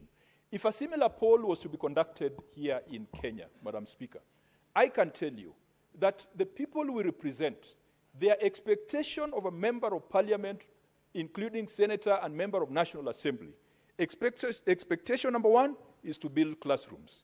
Expectation number two, to issue bursaries. Number three, to attend funerals. Number four, to issue handouts without fail. Number five is to attend rallies where you can insult imaginary and real enemies. And number 5, 6 could be issuance of statements. Lawmaking is the least glamorous and is the least considered job of a member here. Madam Speaker, I see and I admire even the new members of this parliament. Senator Sifuna joined in this 13th parliament. He is here not just because he's a whip, but he believes that the core mandate, the critical duty of a legislator is to legislate, not empowerment rallies, even though I saw him doing an empowerment one the other day. But it is not the money that caught my attention. It was the conversation that caught my attention. But that's a story for another day. But he knows that being in this house is the reason why the people of Nairobi elected him. Madam Speaker, the senator from Nandi, he is in this house religiously, even though he's a bit of a noisy one, but he knows that that is the core mandate of a senator or a representative who has been brought here. Let me call upon my brothers and sisters who have been elected that at the end of the day, the funerals you contribute to, the handouts you give, they'll be like no one will remember them, Madam Speaker. Out of my experience, it is the last person to do a Harambee who is remembered. The Harambee you did in 2021, 2022, 2023. In 2026, your opponent will do a bigger Harambee. He'll come with Farouk to do a bigger Harambee. All your small Harambees will have been forgotten. But your record and active participation in Parliament will live on. Madam Speaker, today we went to do prayers for Phoebe Asio. And everyone reminds Phoebe Asio for the motion that she introduced in this House that called for gender equity, that called for opening up the space. People did not eulogize her because she did a Harambee somewhere and donated desks, or because she sorted out some boys in some center. People like Martin Shikuku are remembered for their speeches and statements in this House. People like George Anyona, it's not because of their donations. And so as we head into the weekend, and I know some of my colleagues are going to board choppers and are going for empowerment things, please, let us focus on policy, legislation, regulation that can provide a level playing field for all Kenyans to be able to access opportunities, for all Kenyans to get empowerment. The idea of donating 64 shillings to women groups or 1,000 shillings to women group is tokenism, is a handout culture. And Madam Speaker, the party that I subscribe to, the ODM party, has always been against using Harambee as a model for development, because Harambee fuels corruption. When someone whose salary at net is 150,000 is donating 5 million in 1 month, that is corruption looking at you straight in the eye. And Madam Speaker, we are not going to grow this country if we continue with this pretense of empowerment rallies and empowerment Harambees. That cannot be our model for development. Madam Speaker, I support, yes.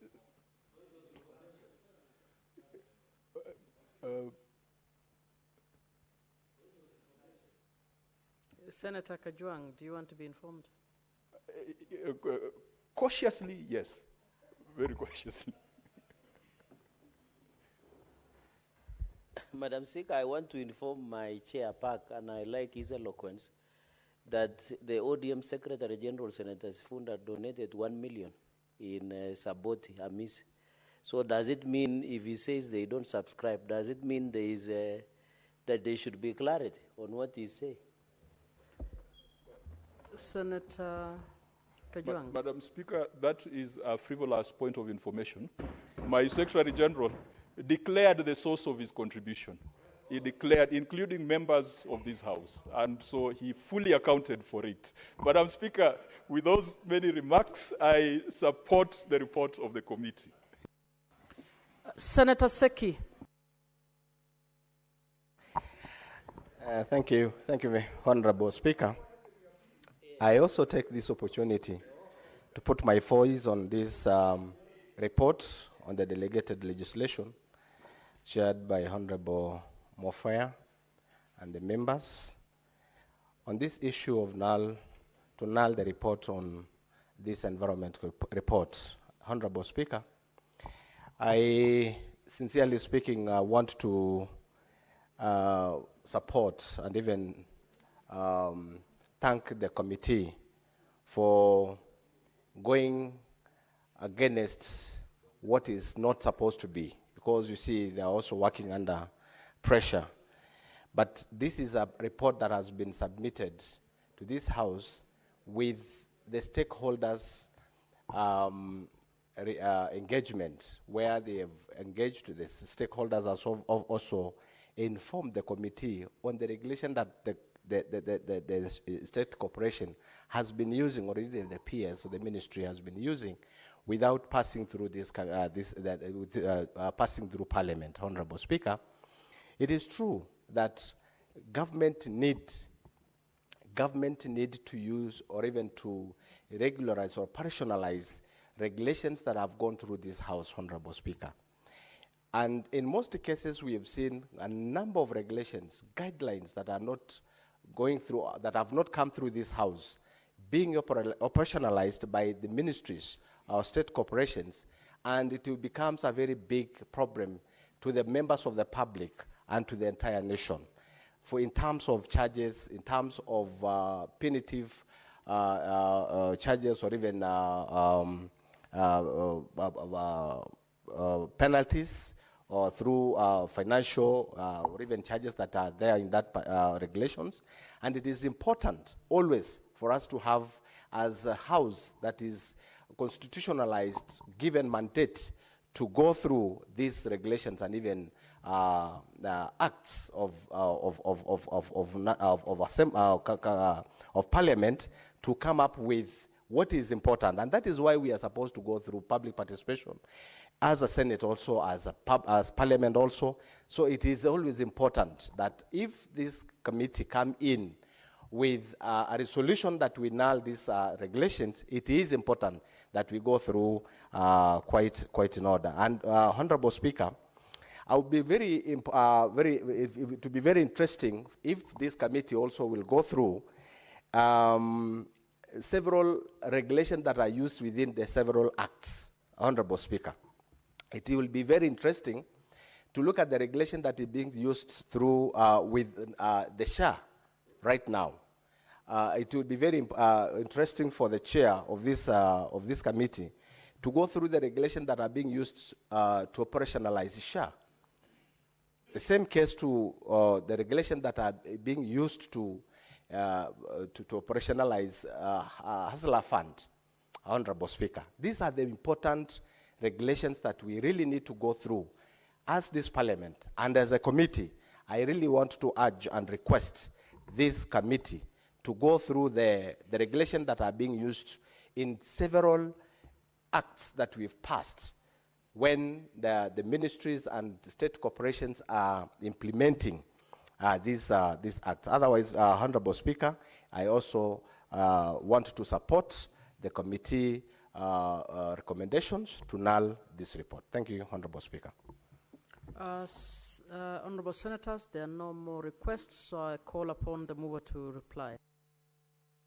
Thank you, Honorable Madam Speaker. I want to sincerely thank my fellow members for having generously contributed to this very important debate. This debate, Madam Speaker, has generated a lot of interest from across the divide. Very many members have enriched the report of the committee. And as the chairman of this committee, Madam Speaker, I'm very, very impressed because the core business of this House, Madam Speaker, is to legislate. And this House today has observed that law, that's power. And I'm happy, Madam Speaker, because I don't want to go into details of why we recommended for an amendment of the report, because that matter has been properly there has been properly processed by quite a number of debaters who have been able to process the whole process. So, Madam Speaker, to sum up, I would request you that pursuant to section standing order number 66.3 of the Senate standing orders, I request for the department of the putting of the question to a later date, owing to the fact that the House doesn't have a quorum to that effect. The putting of the question is so deferred. Next order.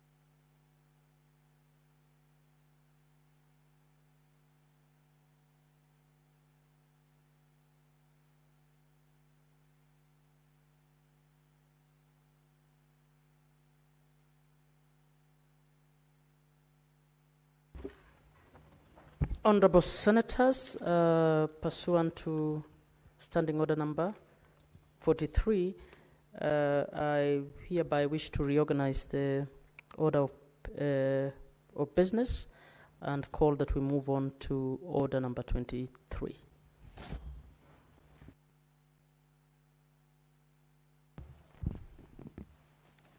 Order number 23, motion, report of the Standing Committee on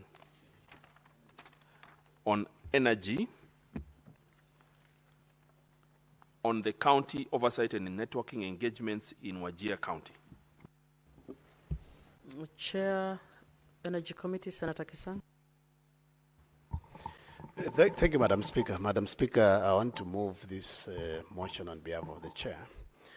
Madam Speaker, I beg to move that this House adopts the report of the Senate Standing Committee on Energy on the county oversight and networking engagement in Wajir County undertaken on Friday, 25th October 2024, as laid on the table of the Senate. Madam Speaker, I present this report for consideration and approval by the House pursuant to Standing Order number 223, subsection 6 of the Senate Standing Orders.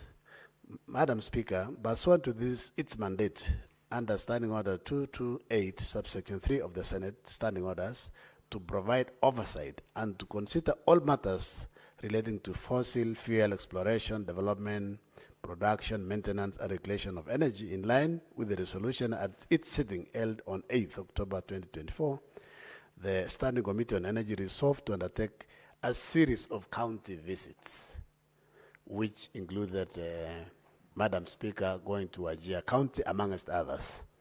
Madam Speaker, these visits were aimed at assessing key factors affecting the energy subsector at the county level, with a particular focus on historically marginalized counties in the northern frontier, major urban centers and cities, as well as other counties situated especially in the North Drift, Madam Speaker.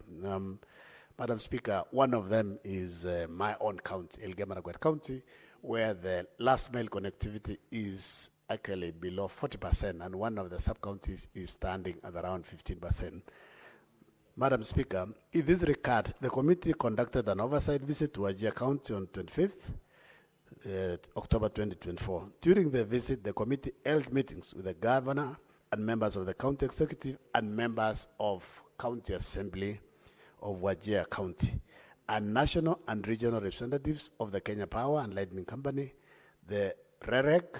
The committee also toured Wajir KBLC substation and visited key energy-related projects within the county, including the Wajir County Recycling Plan, an industrial park, and a teachers training college in one of the constituencies, Honorable Speaker. and the community are very grateful, especially to the member of parliament who used CDF to put up a teacher training college. And while we were there, Madam Speaker, they had over 200 P1 students who were training to be a primary teachers, Honorable Speaker. Madam Speaker, during these engagements, the committee sought to establish the status of the last mile connectivity projects implemented by REREC with a particular focus on historically marginalized counties, as I have stated, in the northern frontier and also northern part of Northern Rift Valley, Honorable Speaker. The committee recognized that despite significant progress evidenced by approximately 9.7 million Kenyans homes already connected to electricity, as of late 2024, the pace of connectivity in remote and underserved regions remain a concern, with the government targeting to reach at least 10 million households by the end of 2025 and to achieve universal access by 2030, Madam Speaker. In its deliberations, the committee noted persistent barriers to last mile connectivity, including the high cost of internal wiring for consumers, which remain expensive for many low-income and rural households, especially the arid and semi-arid areas.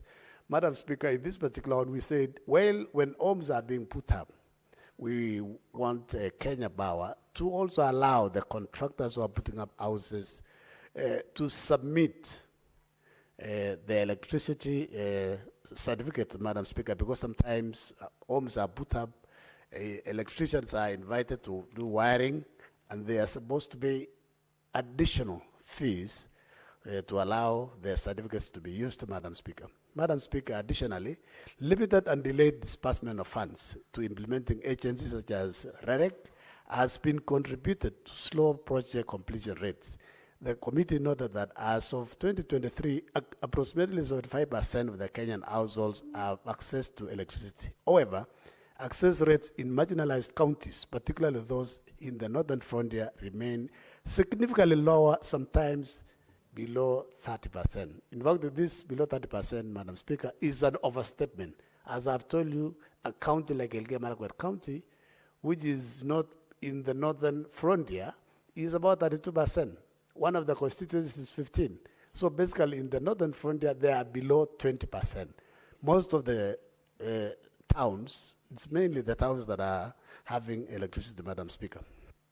The committee observed with concern that Wajir County remains unconnected to the national electricity grid, rendering it world dependent on localized power generation. At the time of the committee's oversight visit, Madam Speaker, it was established that county's electricity supply was primarily reliant on 4 diesel generators. And you know, we are moving away from fossil fuel, we are going to green energy, Madam Speaker, but them, they rely entirely on generators. Kenya Power informed the committee that it was its substation serving the county relies on 4 diesel generators, and only 2 of which are owned by KBLC. The other 2 are leased from private entities, Madam Speaker. During the committee's visit, one of the generators was not even functional. So basically, they were only on 2, while the other was functioning at less than 40% of its total capacity. Consequently, there is an over-reliance on the 2 best generators, leased generators, resulting in frequent power outages and short-letting, which has undermined security, sparked public unrest, disrupted essential services, and negatively impacted local businesses. If you remember, sometimes last year, Madam Speaker, there was an arrest in Wajir because of, as a result of lack of power, Madam Speaker, that it's cost some lives. The committee recommended that the Ministry of Energy and Petroleum should give priority to historically marginalized off-grid counties, particularly Wajir, in future power transmission projects, and submit visibility studies for the proposed Garissa-Wajir transmission line.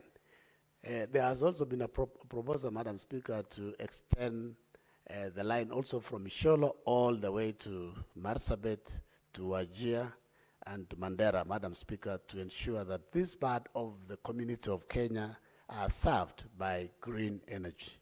Additionally, Kenya Power and Lighting Company should procure and install modern energy-efficient generators to replace the outdated ones in Wajir and implement a robust maintenance schedule reporting progress within 6 months.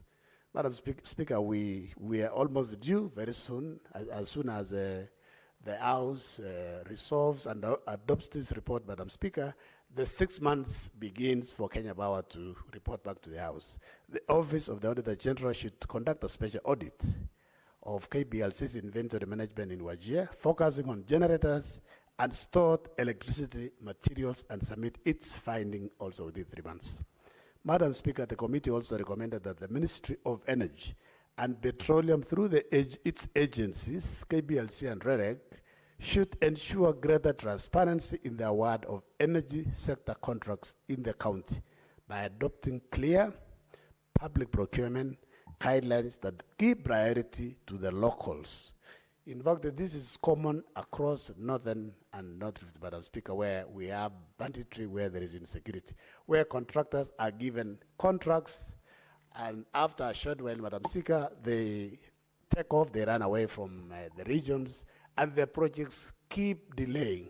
It runs even up to 3-4 years, and we deny the people services. That we are saying, Madam Speaker, KPLC and REREC should give priority and give contracts to the locals, because even if there is insecurity, they are used to the area. They know how to operate and conduct, undertake the projects without delays, Madam Speaker.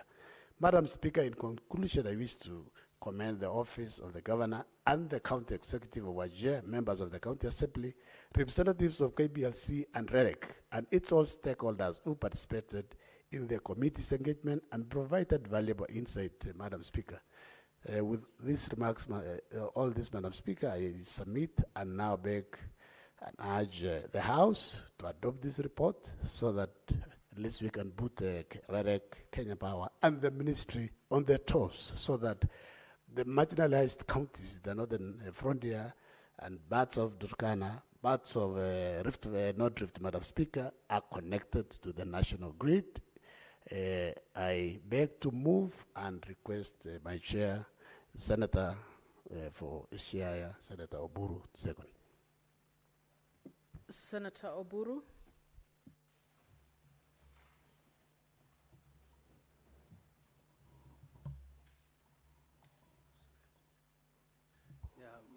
Madam Speaker, I stand to second this motion by my committee as presented by my very able deputy here. Madam Speaker, they were in Wajir, and Wajir is in very, very dire situation, Madam Speaker, because, Madam Speaker, you find a huge city like Wajir, which is serving several constituencies, is still not connected to the national grid. It's just using generators. And, Madam Speaker, it is a high time that these areas were given the attention they need. Because, Madam Speaker, I know that at independence there was a sessional paper which was called Sessional Paper number 10 of 1965. Madam Speaker, this sessional paper, which was adopted by the Kenyan government, stated clearly that areas which did not produce high yields in terms of investment of a shilling were not going to be given priority in terms of development. So it was how much of the yield you bring on the table when a shilling is invested in your area.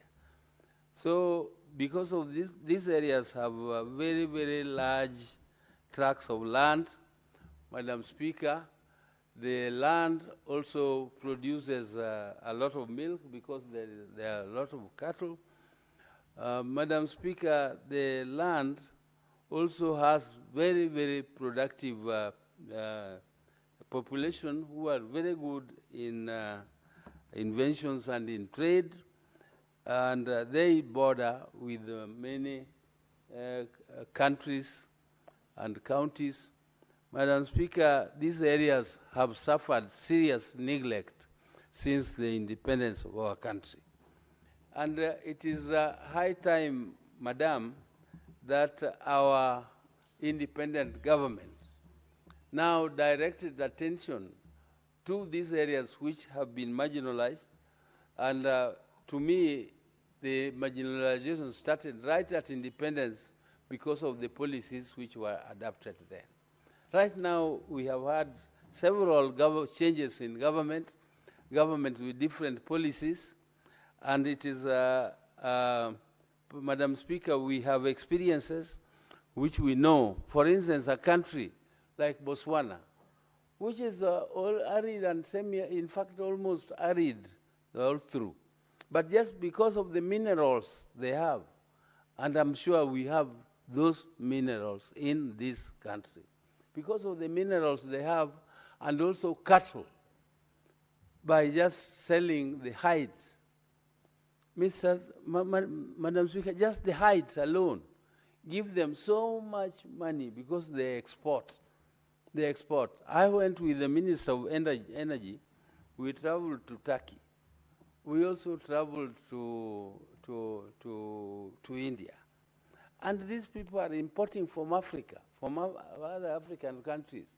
But they told us categorically that they cannot import from Kenya. The reason being that the way we slaughter our animals is still very primitive. We just use the knives to skin our animals. And using the knives to skin animals spoils the skins. The quality of the skin goes down completely. We need to establish abattoirs, big abattoirs in this country, in these counties, so that we can properly and professionally slaughter our animals, so that the quality and the earnings from these hides and skins is improved. Madam Speaker, I don't want to speak more. I did not travel in this particular journey, but I'm pleading with the House to support this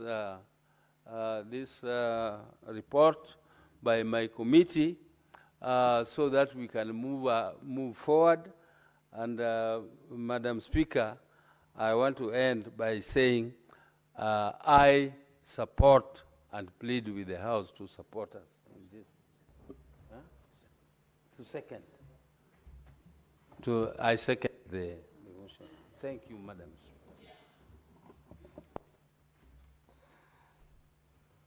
Honorable Senators, I propose the question that the Senate adopts the report of the Standing Committee on Energy on the county oversight and networking engagements in Wajir County, laid on the table of the Senate on Thursday, 17th April 2025.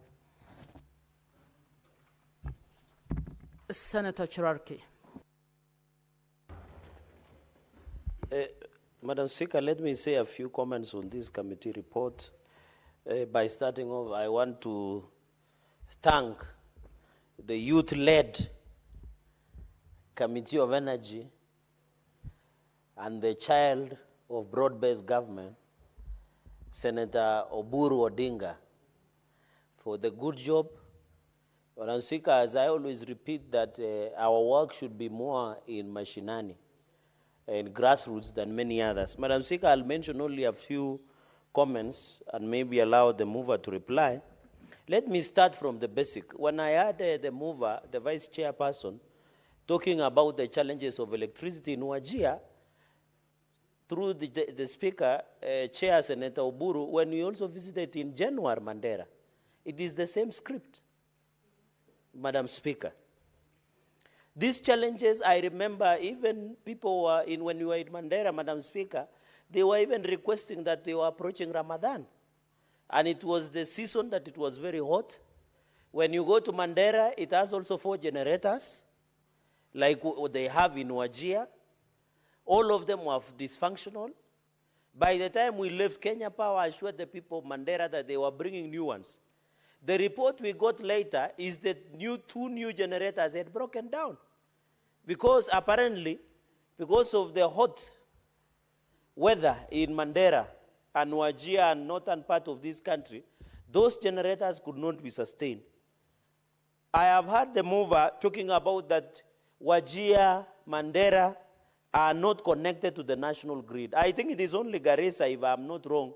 And Madam Speaker, let me begin by the fourth schedule of the Constitution, because I largely have 4 points so that I can cede grounds to my colleagues. When you look at the fourth schedule, one of the roles in number 22 of the counties is energy policy. And then number 31, energy policy includes electricity and cars regulation and energy regulation. I want to challenge counties that have been marginalized, like Wajir. Kenya Power and Lighting Company is not a monopoly when we pass this constitution. When we pass the 2010 constitution, Madam Speaker, there is no monopoly of Kenya Power again. Because counties have the power to regulate energy and even gas that we might have in this region, Madam Speaker. So I want to challenge counties that have been marginalized by Kenya Power and Lighting Company, KPLC, that under the Constitution, they have the power to produce their own energy. And they can be cleared by IPRA. I know the chairperson of energy is aware that there are small dams and small people who are generating their own power. Madam Speaker, I was shocked, and I want to challenge the government of Mandera and Wajir. When you are in Mandera, the river near Bulawayo, across, can you believe, Madam Speaker, this is very interesting. Can you believe, through the chair of energy, that Somalia, which appears unstable, has a reliable electricity? Can you believe, Madam Speaker? Somalia, which we fear as unstable, they have a reliable electricity. Across, there is Ethiopia, and the electricity there is cheaper. I want to appeal and challenge Governor Marsabit, Wajir, Mandera, to engage the national government as a guarantee to buy and get electricity from Somalia and Ethiopia. Because Kenya Power has decided to marginalize those regions. How can you explain 60 years down the line, Mr. Speaker, sir? 60 years down the line, that the great people of Mandera, Wajir, Marsabit are still being marginalized by Kenya and Power Lighting Company by not being connected to the national grid. It is very unfortunate and shameful, Mr. Speaker, sir. This constitution was a liberation to the people of Northern Kenya. The fourth schedule, number 21 and 31, Madam Speaker, they can generate, and I want to urge the county governments of those regions to engage a better option. They will wait for Kenya and Power and Company Limited to bring an electricity through REREC. The incompetency, the lethargy of REREC in this report, I'm happy the chairperson and the Energy Committee have indicted them, Mr. Speaker, sir. They have been indicted. Mr. Speaker, all of us know the unreliability of Kenya Power and Lighting Company or Kenya Power, the electricity.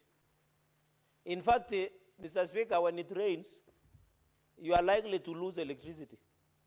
It is like when Kenya Power, when electricity notices there is rain, the powers disappear, Mr. Speaker. So I want to challenge, as I support this report, that Wajir, Marsabit, Mandera, just like any other Kenyans, they have a right to access to electricity. It cannot be 60 years down the line, the people, Wajir, Mandera, and Marsabit, Mr. Speaker, do not have access to electricity. If Senator Metu knew the seriousness of the matter I'm canvassing, he would just sit down and listen. Chairperson of Energy, I would have expected in your report to recommend to those counties to do their own reticulation of energy and gas so that we can give them a chance. They cannot be marginalized. We must fight marginalization by all means. We must fight marginalization. Even in Nandi, can you believe 60 years down the line, there are areas in Tindret, in Aldai, in Mosop, in Chesumei, in Mgwen, in Nandils, like Kapchorwa, Kapchanga areas that do not have access to electricity. Yet the substation is in Moroni, where Senator Oburu Odinga's neighbor, we don't have electricity. I'm happy that Maraba, the Kenya Power want to build a substation in Maraba. At somewhere, I think, Lelkotet somewhere. So Speaker, then I have, personally, I saw the residents of Cape Korgot in Wasingishu County demonstrating that they have lost electricity for 3 days. That is too few for Kenya Power. There are people who have never seen electricity for 1 month, and Kenya Power don't care. They will just send you the bill. And that bill even overcharged. But as, Mr. Speaker, whenever I'm in my local village, the great village of Kapkeben in Mosoriat, Mr. Speaker, when I'm in my palatial home, Mr. Speaker, I don't see electricity. I stay in the dark. Until the other day, Mr. Speaker, I had to solarize my home so that I can have a reliable electricity. I wish, through the Speaker, Chairperson, Senator Oburu, you should call Kenyan Power Lighting to order.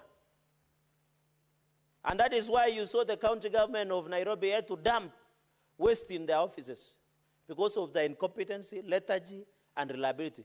And you know, they imagine they are the monopoly. They are not. Which monopoly do they have? The Constitution liberated all of us. So I want to challenge in the issue of Wajir.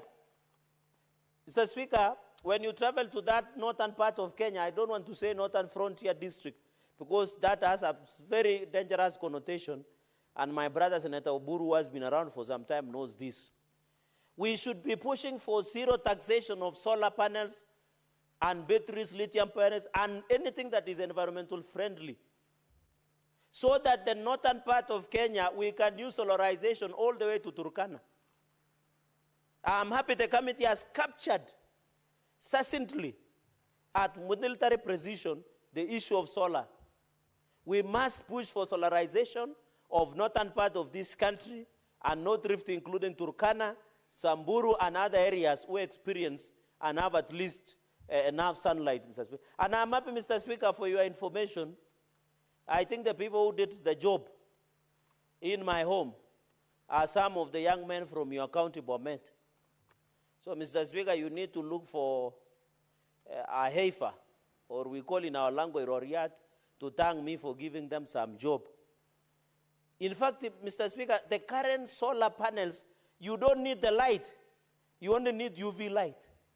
And by midday, they have charged, and you can use to operate refrigerators and what have you. I'm happy, the chairperson, I want to challenge you. Can you push the government to zero tax the importation of solar panels, lithium batteries?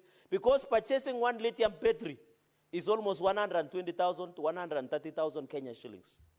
The panels are 15,000, which is a bit affordable. You have seen them copper light. Mr. Speaker, when you travel to your village in Chepalungu, Chepala, and some areas, there is this copper that they use. We need to encourage to complement the inefficiency of Kenya Power. Let us zero rate the issue of solar. And I want to thank the chair. Please, in fact, the chair, through the speaker, the country is discussing about climate action. Even if we push for solarization, I can assure you, the Committee of Energy led by able brother Senator Oburu Odinga, we are able to work with the climate action plan that we are pushing as a country. Even I want to further suggest to this report that we need to push for wind energy. Because I have been to northern part of Kenya, there is a lot of wind. Why don't we harness wind and we become eco-friendly, environment-friendly, so that the people of Wajir, the people of Mandera, the people of Marsabit and other areas who are not connected to the national grid, they can have reliability. And during even their religious festivals, like Ramadan period, Mr. Speaker, they really suffer. And these are our Kenyans. We must be sensitive to all religions. We want when Christians are celebrating Christmas, when Muslims are on their Ramadan, they should be able to enjoy access to electricity so that, Mr. Speaker, they can be able to celebrate some of these regulations. I'm surprised and I'm happy. It looks like the 4 generators, one is functioning at 40%, the other one has broken down, the other one are private individuals. Mr. Speaker, this is embarrassing that 60 years down the line, one region of this country continue to be marginalized, yet they are Kenyans. We don't want this habit. You remember in those days, Turkana, when the people from Turkana used to come to Nairobi, they used to say, we have come from Turkana, we are now going to Kenya. Because the first stomach would start from Kitale. And I know Senator Mandago is conversant when I say that. Mr. Speaker, number 4 is on special audit on Kenya Power and Lighting. I want to enrich, apart from activities within the Wajir, we should audit this issue of tokens, Mr. Speaker. You buy a token of 1,000 or 200 shillings, within a day or few hours, you hear dit, you cannot even sleep. It's behaving like an alarm.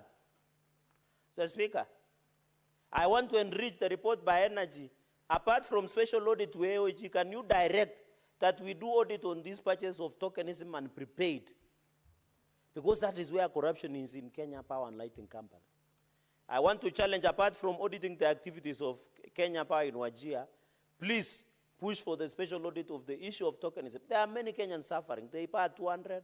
Mr. Speaker, I saw some people wanting to, and I'm happy 26 million Kenyans have received the ASELA fund, and I think 72 billion has been dispersed. Some people, I heard my colleagues who contributed in the earlier motion saying 64 shillings, 1,000. They don't know that there are Kenyans who are buying tokens of 50 shillings or 100 shillings. Is it because they are staying in offices that are air conditioned? Is it because they have too much in excess that they don't see 500 shillings or 1,000? Mr. Speaker, when I used to stay in, when I was studying in Riara Law School, here near Kibra, and that 500 shillings or even 200 shillings was enough for 4 of us to eat when we used to live in high-rise apartments in, near Kibra. And at 200, people are blaming that 500 or 1,000 is not enough. It is enough for family that operate in Kidogo economy. And therefore, the audit must be done. Chairperson, there is a huge corruption, especially on prepaid tokens in Kenya Power and Lighting Company. I've told you about, Mr. Speaker, I know you know in Chebale or in Chebalungu or in Ndonyo somewhere there, Mr. Speaker, in Bomet Central, when a tree of Kenya Power falls, Kenya Power will take even 2 months. When a generator blows up, Kenya Power will take 3 months or even a whole year. But when you fail, Mr. Speaker, to pay even 1 shilling from Kenya Power, they will come with a lightning speed to hunt you down for not paying your bill. But they'll never come with the same speed to fix the mess. And that is why, Mr. Speaker, I want to challenge, even chairperson, forget they were also fake generators. Transformers, sorry. You remember the scandal of generators? You must go after them. Mr. Speaker, when you work in Bomet, in Wazingishu, in Nandi, in Mandera, anywhere in the country, you will get 1 or 2 primary schools that their transformers blew up. We need audit. Where did these fake transformers that were purchased in the previous government go to? Is it the reason? And you know, to purchase a new transformer, Mr. Speaker, sir, is I think 4 million plus, Mr. Speaker, which is quite costly and expensive. Mr. Speaker, that's why I support, and I want, Mr. Speaker, within 6 months, we must see that special audit report before the House. We want the people of Wajir to feel the same right as people in Homa Bay, Siaya, and also in Nairobi. Mr. Speaker, it is not fair to say there is power rationing. Yet we are aware, Mr. Speaker, that God has been gracious. We have, and we are hydrogenerating, Mr. Speaker. It is good to be fair that it should not. But REREC, I want, Mr. Speaker, that the Energy Committee must summon REREC to appear before our committee. Are they doing their work politically motivated, REREC? I have never understood them. And I'm surprised that they follow individuals. Mr. Speaker, REREC must be called to order. They are the ones in conclusion of local contractors. Why would you take a contractor? You know, chairperson, we need to be fair to Kenyans. If there is a project in Siaya, why would you take a contractor from Nairobi? How will the economy of Siaya grow? Why would I take a contractor from here to Bomet or to Wazingishu or to Nandi or to Mandera? Why don't you give it to the local contractors of Wajir to do the job so long as they have capacity? That's how you grow economy. That's the true intention of devolution, Mr. Speaker, sir. While I note your change of appearance today, Mr. Speaker, it's rare to see you in reading classes, Mr. Speaker, or is it a new swag? Mr. Speaker, we must be told. Governor Senator Mandago has been a governor. And he knows the power of giving a job to a local contractor. It will grow the economy. They will spend it there. A local contractor will buy sukuma there. He will go to a local club, take 1 or 2 for the road, go for Hangala music. I think it's called Prince Inda. Take tea or mandazi there. Give something, take care of 1 or 2. Mr. Speaker, that's how you grow the economy. But if I give a contractor from Nairobi, they will hit it from Nairobi. We want that money to go there. They will go to a local church, a local contractor will contribute in a local village, will contribute in a church, will contribute. But the contractor, Mr. Speaker, I agree with this committee. REREC and Kenya Power must be called to order, that they need to award the local contractors. But, Mr. Speaker, I want to also sound a warning. You know, county governments, in conclusion, they have a pending over 110 billion. Mr. Speaker, I'm told there is obtaining fees by some of the county governors. I'm told Nairobi is reading with 30%. In Nairobi City County, Mr. Speaker, if you want to be paid, you must be ready to pay part with 30%. I'm told like Nandi, they are doing 20%. So if you have a pending bill, you go and see governor. Then, Mr. Speaker, if you are good looking, if you are handsome, if you talk very well, you leave 30%. And that is what is happening in Nairobi. If you leave even the requisition, and we were discussing about voiding of payments, if you look even at all these aspects, here in Nairobi, I work because you must pay 30%. And when you look at the people being paid in these local contractors of Nairobi, they must part with 30% of their earnings. I think the biggest threat to the growth of contractors and business people in Kenya is this issue of undermining and getting what we call obtainer fees or protection fees from contractors. And I think, Mr. Speaker, I agree. And I would want to see, because he has said 6 months, I hope, Chairperson, when you report back to the House, bring us the list of contractors from Wajir. Let them be known that they come from Wajir. I think it will be very easy. I would be excited, even in Nandi. I want when RERA come to Nandi, they should give the local contractors. We have the capacity. We are not saying favor us. We are not saying violate the law.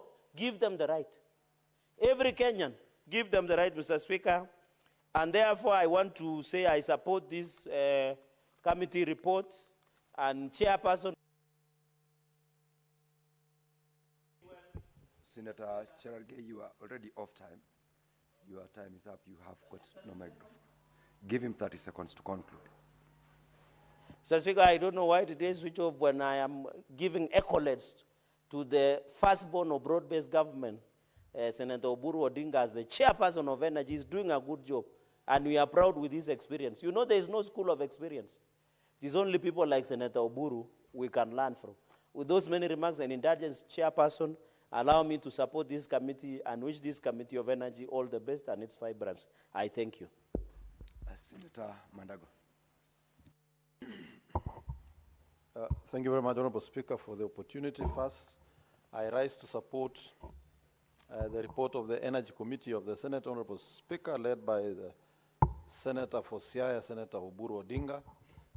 Honorable Speaker, This committee has given this House very good information in terms of ensuring that this country is equitably developed, Honorable Speaker. Honorable Speaker, indeed, as a country,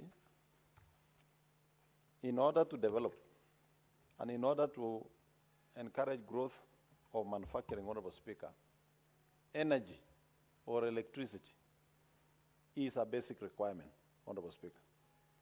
Honorable Speaker, even as government strives to build county industrial parks in every county in this country, Honorable Speaker, electricity will be a factor in attracting the industries to those counties, Honorable Speaker. And therefore, this committee has done a commendable job in bringing and informing the nation of the dire need of some counties in this country, Honorable Speaker, of being connected to the national grid. It is not acceptable, Honorable Speaker, that we do have counties in this country, 60 years after independence, who are not connected to the national grid, Honorable Speaker. Honorable Speaker, I want to thank this administration of Kenya Kwanza, led by President William Ruto, Honorable Speaker, because for the first time, there is a deliberate and affirmative action towards liberation of those regions, Honorable Speaker, and we have seen this by the road connections that are being built to ensure the ease of transportation. We are hopeful that there is also a master plan on energy to ensure that these regions are connected to the national grid. Honorable Speaker, Wajir, Mandera, Marsabit, Turkana, and many other arid and semi-arid counties, Honorable Speaker, have good, natural, clean energy that can be tapped to generate electricity, Honorable Speaker.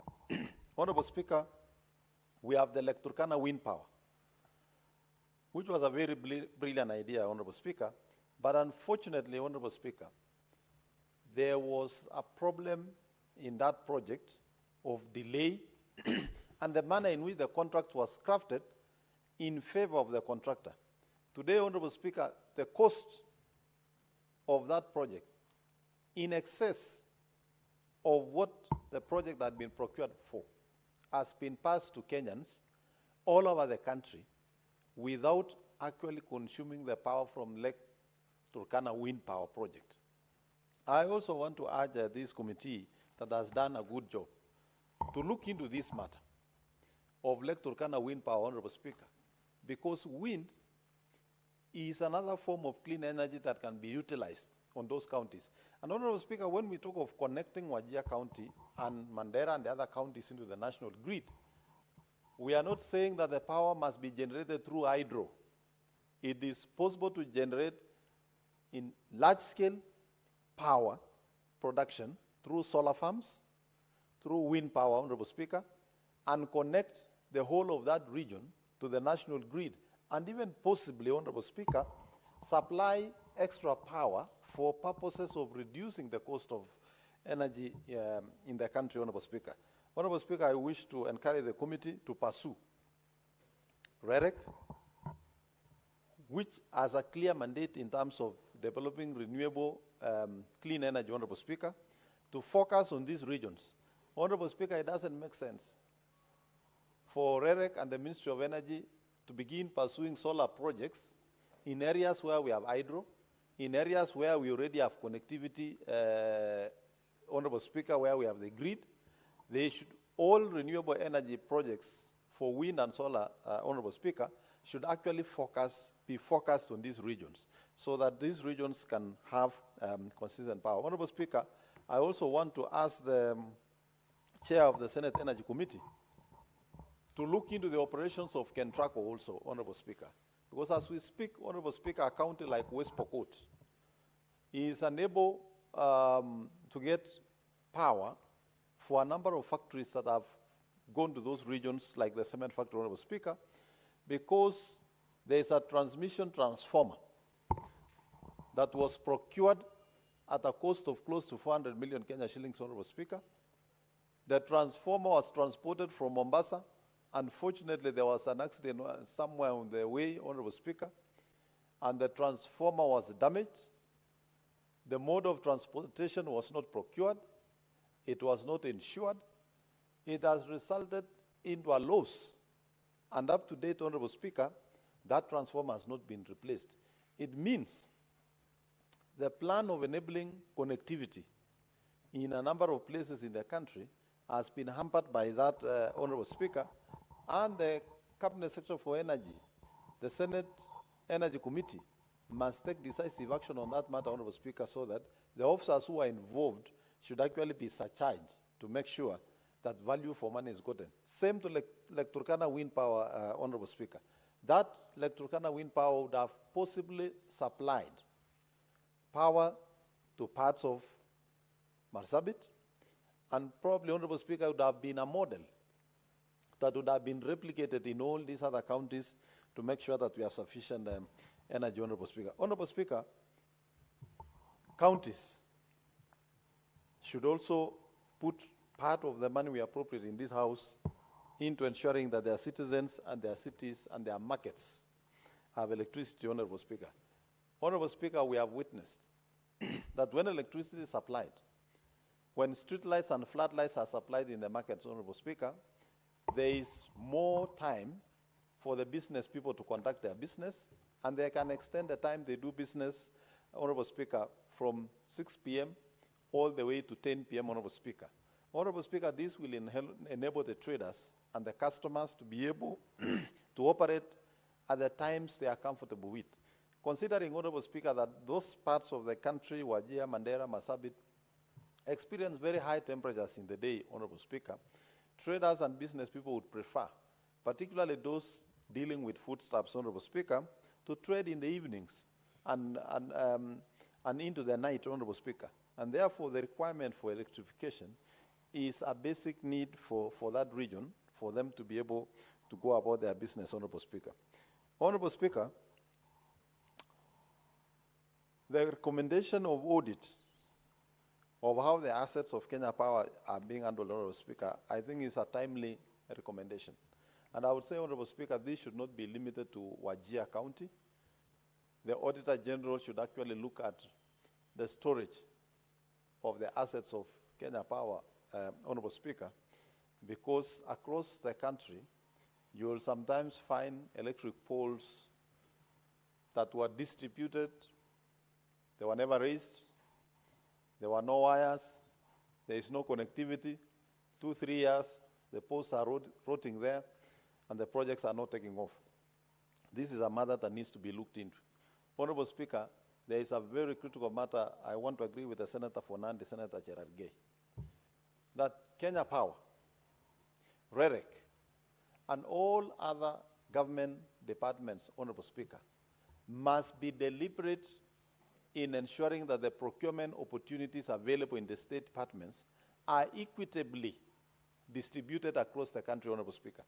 Honorable Speaker, today in this country, we have no shortage of electricians, technicians in this country, because the government of Kenya deliberately decided that we are going to have a technical training institute in every constituency in this country. And I'm happy, Honorable Speaker, that that dream is almost being realized 100%, because we now have more than 150 TTIs across the country, ensuring that the availability of technical personnel to undertake some of these projects, Honorable Speaker, in any locality in this country is availed. There is no reason absolutely as to why REREC should transport a contractor from here to Wajir, transport a contractor from here to Samia, transport a contractor from here to Tana River.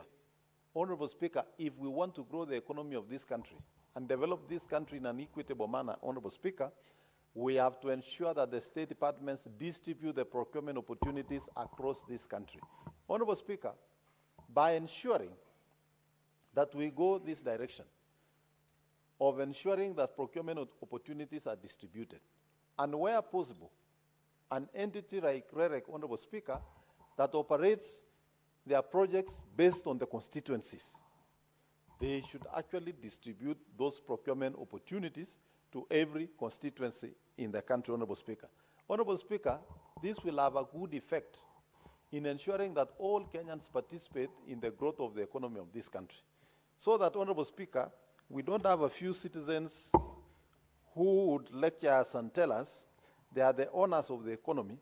The economy begins with them, Honorable Speaker, and the economy will end with them, and that if they stop either international remittances or they stop investing and doing business in this country, Honorable Speaker, then the rest of Kenya will stop moving.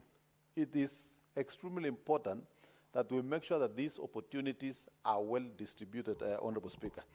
Honorable Speaker, finally, I wish to thank this committee for traveling all the way to Wajir County. And we would want to encourage that as many committees travel to these far counties, Honorable Speaker, so that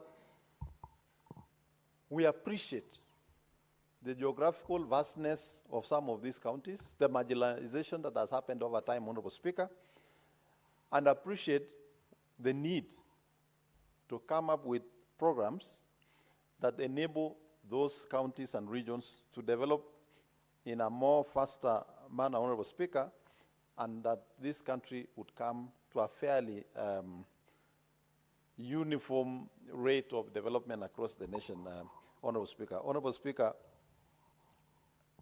the generators that are being used to generate electricity in this country, Honorable Speaker, I feel there are some that whose time has come to be switched off, Honorable Speaker. Honorable Speaker, we have electricity generators in this city of Nairobi, Honorable Speaker. I don't understand why we still want to consume electricity generated through these generators, diesel-powered generators, Honorable Speaker, in the city of Nairobi, where connectivity is almost 95% and the supply from our hydro supplies is sufficient, Honorable Speaker. We cannot sustain individual businessmen in this country at the expense of other citizens.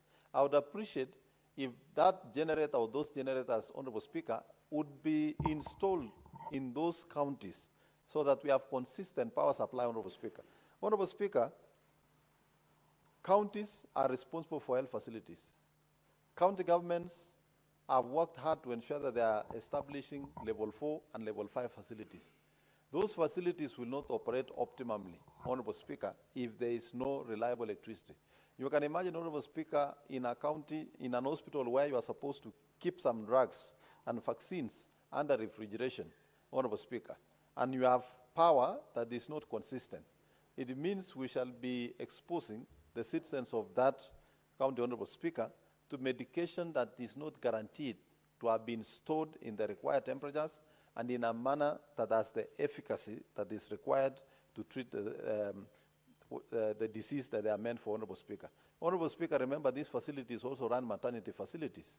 We have newborn units, Honorable Speaker, and sometimes there is need for a baby to be put in a nursery. Honorable Speaker, those nursery machines operate through electricity. You can imagine what will happen to those babies, Honorable Speaker, if we have inconsistent and unreliable power. Therefore, the supply of power and the need of electricity, Honorable Speaker, is not a luxury but a basic need that is required to drive all services in government and in the economy and in the population, Honorable Speaker. I support this report and thank the committee for the job they have done well. Thank you very much, Honorable Speaker. Thank you, Honorable Mandago.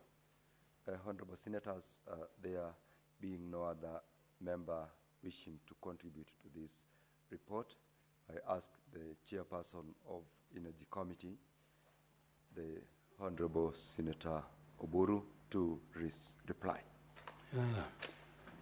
Thank you, Mr. Speaker, sir, for the opportunity to reply. And Mr. Speaker, sir, I beg to reply and thank my fellow senators who have contributed to this report, and all the comments taken are taken very kindly, Mr. Speaker, because electricity is an essential element of development in any country. There's no country which can develop without electricity. It is not a luxury. It is a necessity. And when we talk about it, there are many, many issues which arise.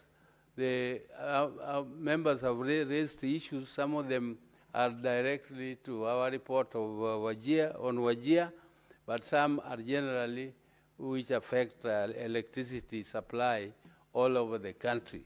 And we take all of them and we note them, and we are discussing. Some of them are already being discussed. They will be in some other reports which will be here also tabled here in the House soon. And Mr. Speaker, I therefore, pursuant to Standing Order 66, caption 3 of the Senate Standing Orders, I request the Department of, I request that the question be put to a later date. Mr. Speaker, sir, I beg to reply. Thank you, Honorable Senator Oburu. Putting of the question on this report is hereby deferred to the next sitting of this House. Now, Honorable Senators, for the convenience of the remainder of the business of the House, we shall defer order number 12, 13, 14, order number 15, order number 16, 17, all through to order number 22, and further defer order 24, order number 25, order number 26, and order 27 to the next sitting of the House. We may now rise. Now, Honorable Senators, there being no other business on the order paper, the Senate stands adjourned until tomorrow, Thursday, 7th of August, 2024, at 2:30 p.m.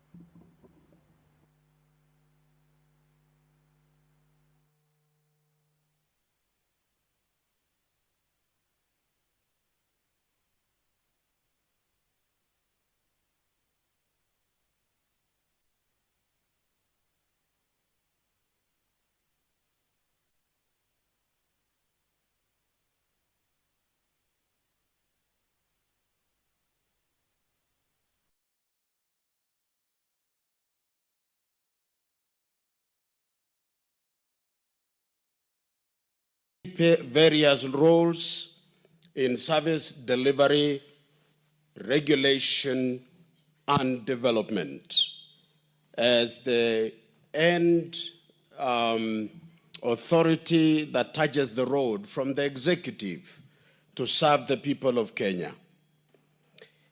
Mr. Speaker, one such I want to cite two, because members have exhaustively contributed to the NSSF. I want to draw your attention, Chair, and that of the House, to the Child Welfare Society. One, children are our heritage. The attention we pay to this particular institution will demonstrate how we, as parents and as leaders and as a country, care about the future of this country. Our children need our protection. They need an organization which is clearly defined by law. When we were interacting with the reports concerning the child welfare, we discovered, Mr. Speaker, and I think further on, there is need to relook at the status in terms of its definition and position in law. At one time, it is declared as a trust with very strong legal backing that it can never be tampered by anyone, cannot be changed. And when you look at it closely, it looks like a private entity. At one time, Mr. Speaker, it was made to be a corporation. At one time, that status has been repealed. There is something wrong with the status of this particular entity. Number two, Mr. Speaker, I want to draw the attention of the House that in our observation, we discovered that amongst others, that state agencies, there is a laxity in terms of availing land which hosts development. Some of these institutions are served and they enjoy donor funding. And one of the conditions, Mr. Speaker, is that that particular entity must be having land owned and registered under its name. I wish to remind the House, because we know about it, that the Constitution of Kenya, and I'm coming back to the importance of our children.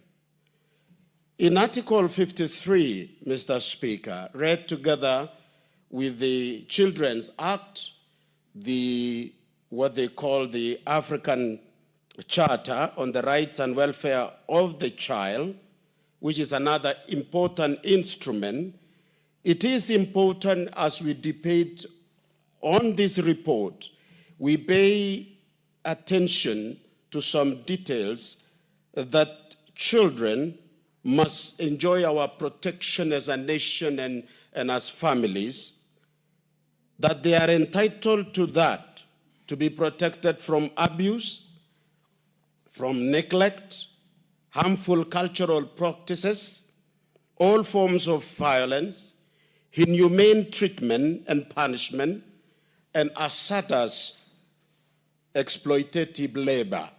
Mr. Speaker, I want to encourage that as we read this report to this House, there are two important things that we would like the members of this House and the nation to mind. Number one is funding. I do not understand, Mr. Speaker, why the fiscal planning of this country, those who are manning it, and especially the Ministry of National Treasury, would consider that giving a better budget to our children is a burden to our economy. This is an institution that requires a priority because it is about our future, Mr. Speaker. It is about the inheritance of this country. Number two, Mr. Speaker, is the recent merger of some entities. The reason given by the task force was that some of these entities were almost like a liability to the country. And they have included child welfare, that it's going to be merged with others. And they included some institutions that protects our children, like Kenya Film Classification Board. This is a regulator that regulates content, Mr. Speaker, that makes sure that what we watch in our houses are regulated and that our children are protected from harmful films. Now, recommendation that is before this House, which has come to us, is that these institutions should be dissolved and that the act protecting it should be repealed and the functions to be transferred as a department somewhere in a little corner in one of the ministries. Mr. Speaker, in the interest of our children, we must value institutions that takes care of our children. Britain has it. They have enhanced it. South Africa has it. They have enhanced it. Canada has it. America has it. India has it. And several other countries, including Australia, Mr. Speaker. So as it comes to the House for a discussion, in the interest of our children, let us not only protect institutions, but finance them and enhance their capacity in protecting our children. With that, Mr. Speaker, I support the report. Very well. The Honorable Eric Muchangi, before we listen to veteran Adan Kenyan. Thank you, Mr. Speaker, for the opportunity. And from the onset, Mr. Speaker, allow me to support this report by the Honorable Wangwe and the very good job done by his committee. And Honorable Speaker, one of the things that I have observed in this report is that so many times the committee observed that there was a violation of the Public Finance Management Act, of the Public Audit Act, the Income Tax Act, by the accounting officers. And Honorable Speaker, I think it is important that we do not leave it at us observing that they have violated these provisions of the law, because their continued violation of the provisions of these laws is that we continue losing resources as a country. And I believe that this country has a lot of resources with it, and especially the ones that people contribute in terms of taxes. And if this money is not wasted, there is so much that we can do as a country using these resources. So I believe that the EACC, the Ethics and Anti-Corruption Commission, should move with speed. Now that they have been granted more powers, prosecutorial powers, they should move with speed and ensure that there is compliance with the provisions of these laws and many others, so that we do not continue having our resources wasted or stolen. Honorable Speaker, we also must look into the issue of more funds for the Auditor General Office, because we believe that if this office is more or adequately resourced, then it is possible for them to help us get to understand how our resources are being utilized at the parastatals and many other entities where public resources are being expensed. Honorable Speaker, I want to stop there and support this report.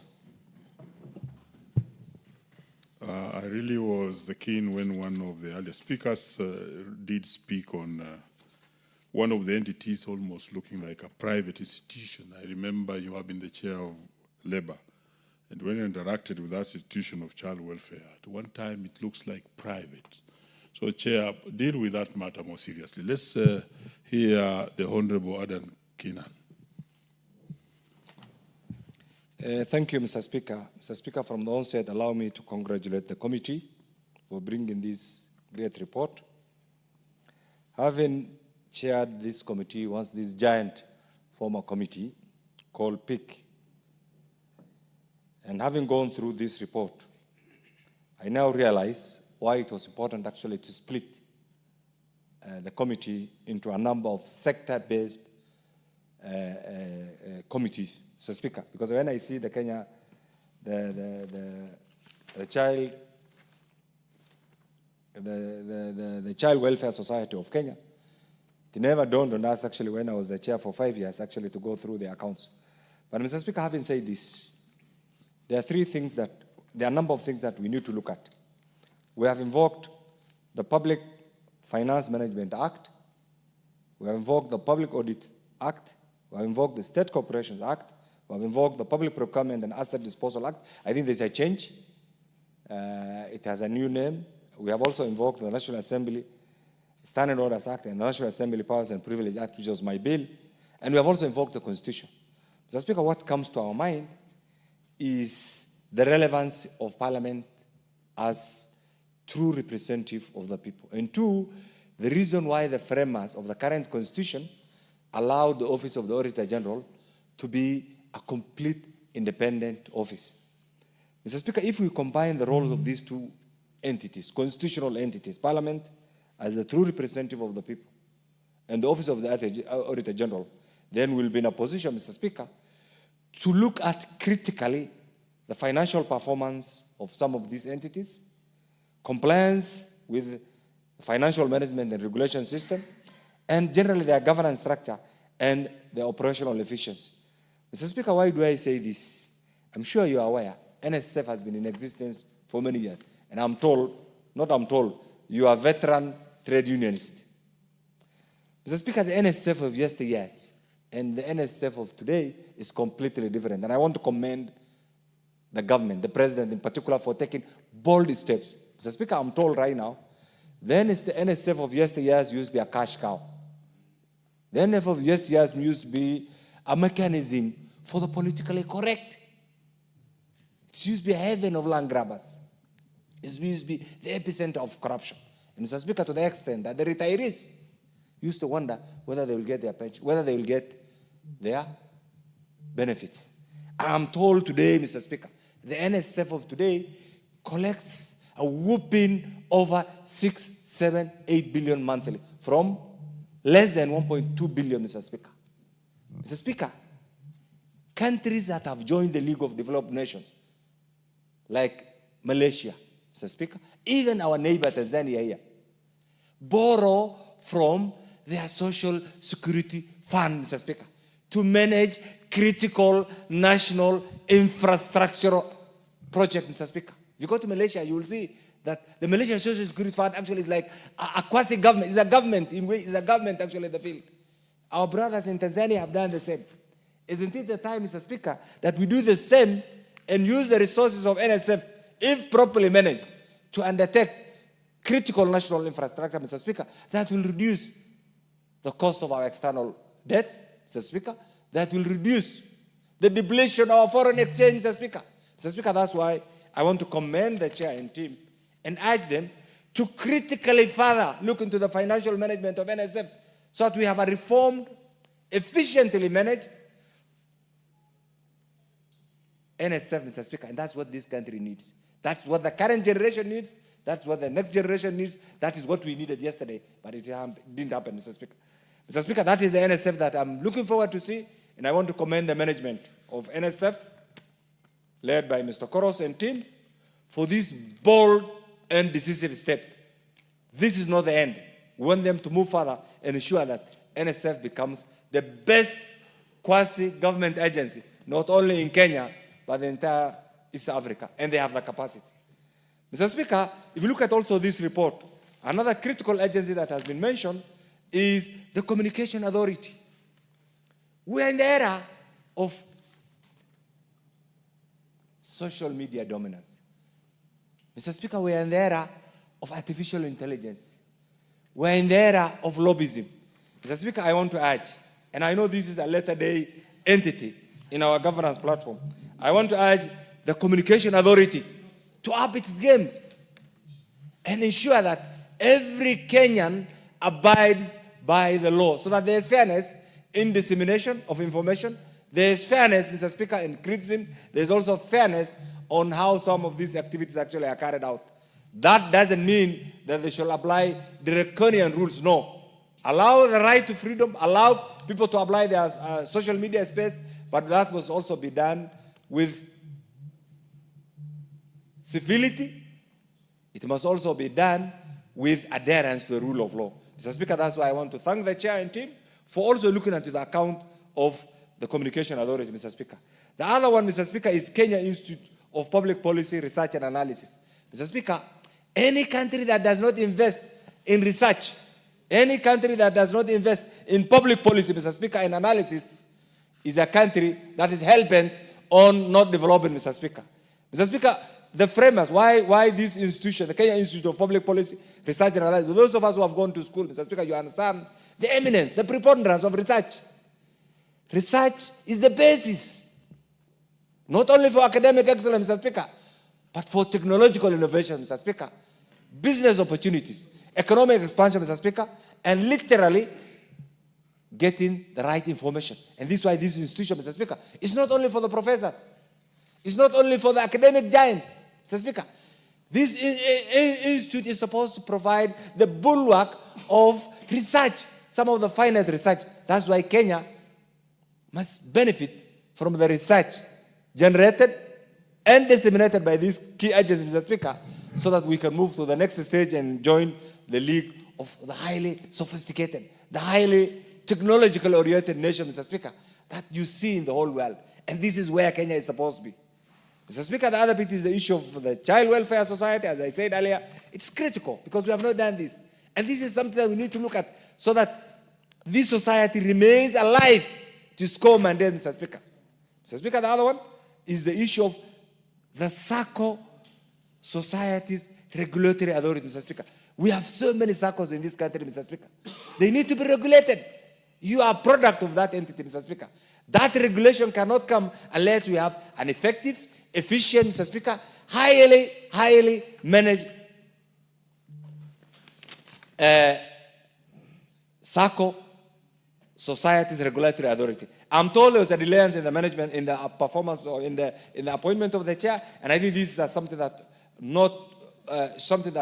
that should not have happened, Mr. Speaker. And now that it has happened, we need to address it. Mr. Speaker, looking at the report, there are a number of issues that come to the fore, Mr. Speaker. One is this need to uphold public accountability. And this is why, Mr. Speaker, the framers of the current constitution equated the members of parliament to sovereignty. Sovereignty, Mr. Speaker, is something so critical in the making of any nation, Mr. Speaker. And therefore, that oversight, parliamentary oversight role, which has been clearly applied by the committee, Mr. Speaker, is something that provides the continuation and performance of the role of the member of parliament. Now, I want to thank the committee members for taking time in analyzing this and bringing this together, Mr. Speaker. The other one, Mr. Speaker, we are a country that believes in the rule of law, and therefore we must be ready to catalyze, Mr. Speaker, our governance and financial reforms. This is something that in the past there was no clear framework. And therefore, as the committee delves into this, and taking into account this being the fourth report since this committee was formed, it is only fair that we need to look at some of the inefficiencies that require institutional structure, Mr. Speaker, that require stronger audit committee, Mr. Speaker, and tighter risk management. And this is why this committee, led by my former APO whip, Mr. Speaker, is up to the task. Mr. Speaker, we need also to restore public confidence. Mr. Speaker, you have seen in the recent past, public confidence has been waning, Mr. Speaker. And therefore, part of the activities of this committee, Mr. Speaker, is to look at critically the role of these committees, Mr. Speaker, and bring back public confidence. Because we are there. Perception is a very important thing, Mr. Speaker. Kenyans must have faith in their institution. And this is why this report is timely, because it will bring back public confidence. And I want to thank the chair and the committee members for taking time, Mr. Speaker, to bring back public trust and transparency in some of these, how some of these organizations are being managed, Mr. Speaker.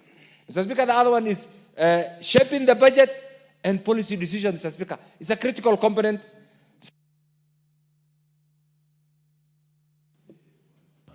Add him 1 minute. 2. Okay, thank you, Mr. Speaker. There are certain challenges that we need to look at. Legislatively, Mr. Speaker, through regulatory network, Mr. Speaker, what is it? We are using still outdated audit timelines, Mr. Speaker. This must be addressed so that Kenyans also benefit from some of the best modern-day financial management system, Mr. Speaker. The other one is recurring irregularities, Mr. Speaker, across institutions. This thing must be addressed. You are seeing unsupported expenditures, unreconciled bank accounts, violation of procurement regulations.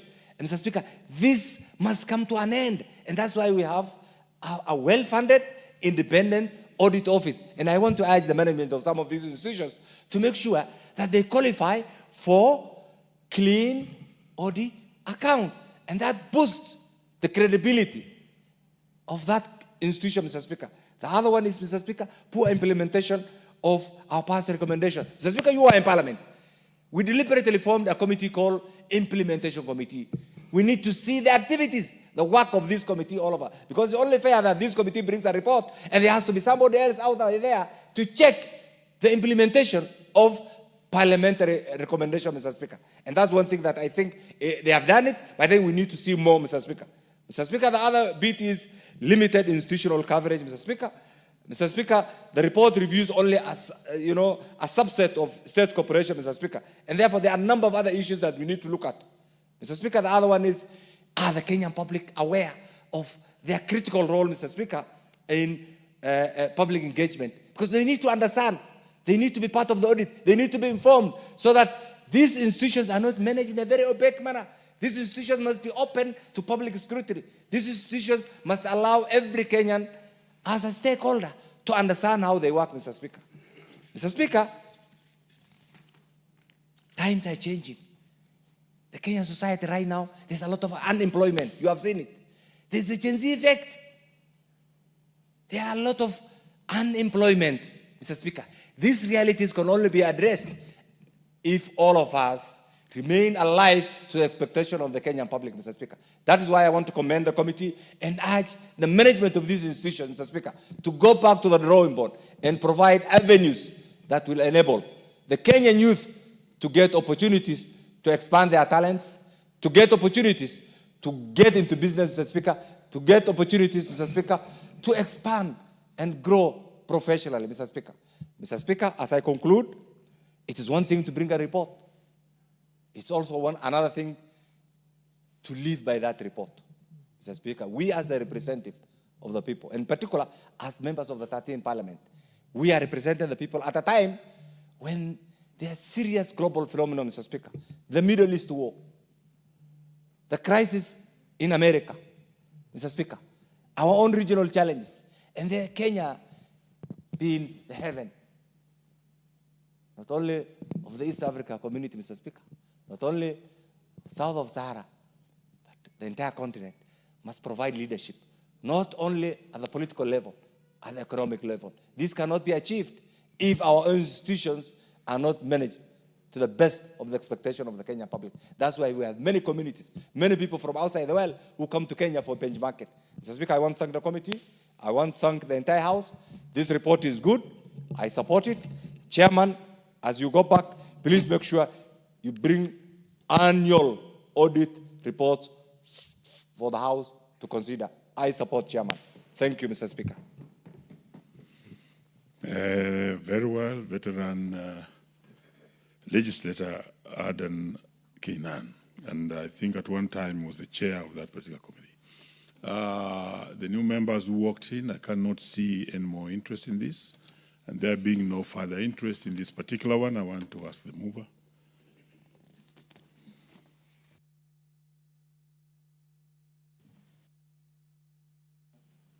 Thank you, Honorable Speaker. Honorable Speaker, allow me to thank my colleagues for having gone through the report by my committee, having given their input, and I want as well, Honorable Speaker, to thank my senior, the Honorable Adan Keynan, for having looked at issues critically. Having been my predecessor ahead of me, he knows the volume of work that my committee undertook so as to produce this report on the floor. Allow me, Honorable Speaker, to mention just one thing that he really touched on, the issue of NSSF. NSSF, Honorable Speaker, this report is looking at NSSF 2016-17, 17-18, and 18-19. That time, Honorable Speaker. When you look at the current report, Honorable Speaker, in 2 weeks, which you are going to file, the 7th report, which is under quality control right now, it's really a good report, a report that the House will look at and see the transformation of NSF as it is today. It's covering 2 years, 2021-22 and 2022-23, Honorable Speaker. That means what the Honorable Aden is mentioning is really envisaged in that report, and is a good thing. Being an elder and having seen what happened elsewhere is worthy noting that Honorable Keynan has put it very straight on. Honorable Speaker, I want to thank my colleagues who contributed, and as well, thank you, Honorable Speaker, for taking your time to go through and sit and watch and listen keenly on what we have been able to produce in the committee and now in the plenary. I beg to reply. Thank you, honorable members. Next order.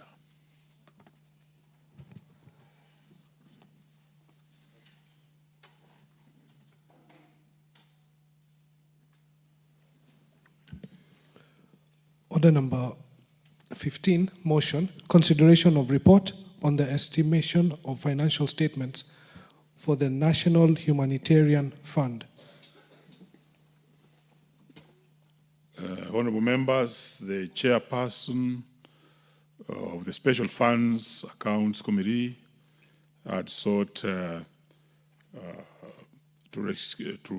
recuse herself because she's on another important government function and parliamentary function, and therefore this particular one should be deferred to the next order paper and next sitting.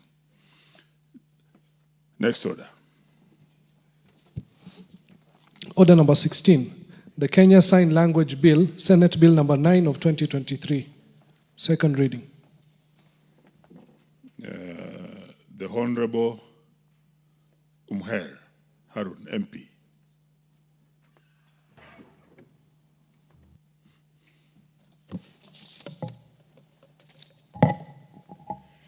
Thank you, Honorable Speaker. Honorable Speaker, I beg to move that the Kenya Sign Language Bill, Senate Bill number 9 of 2023, be now read a second time.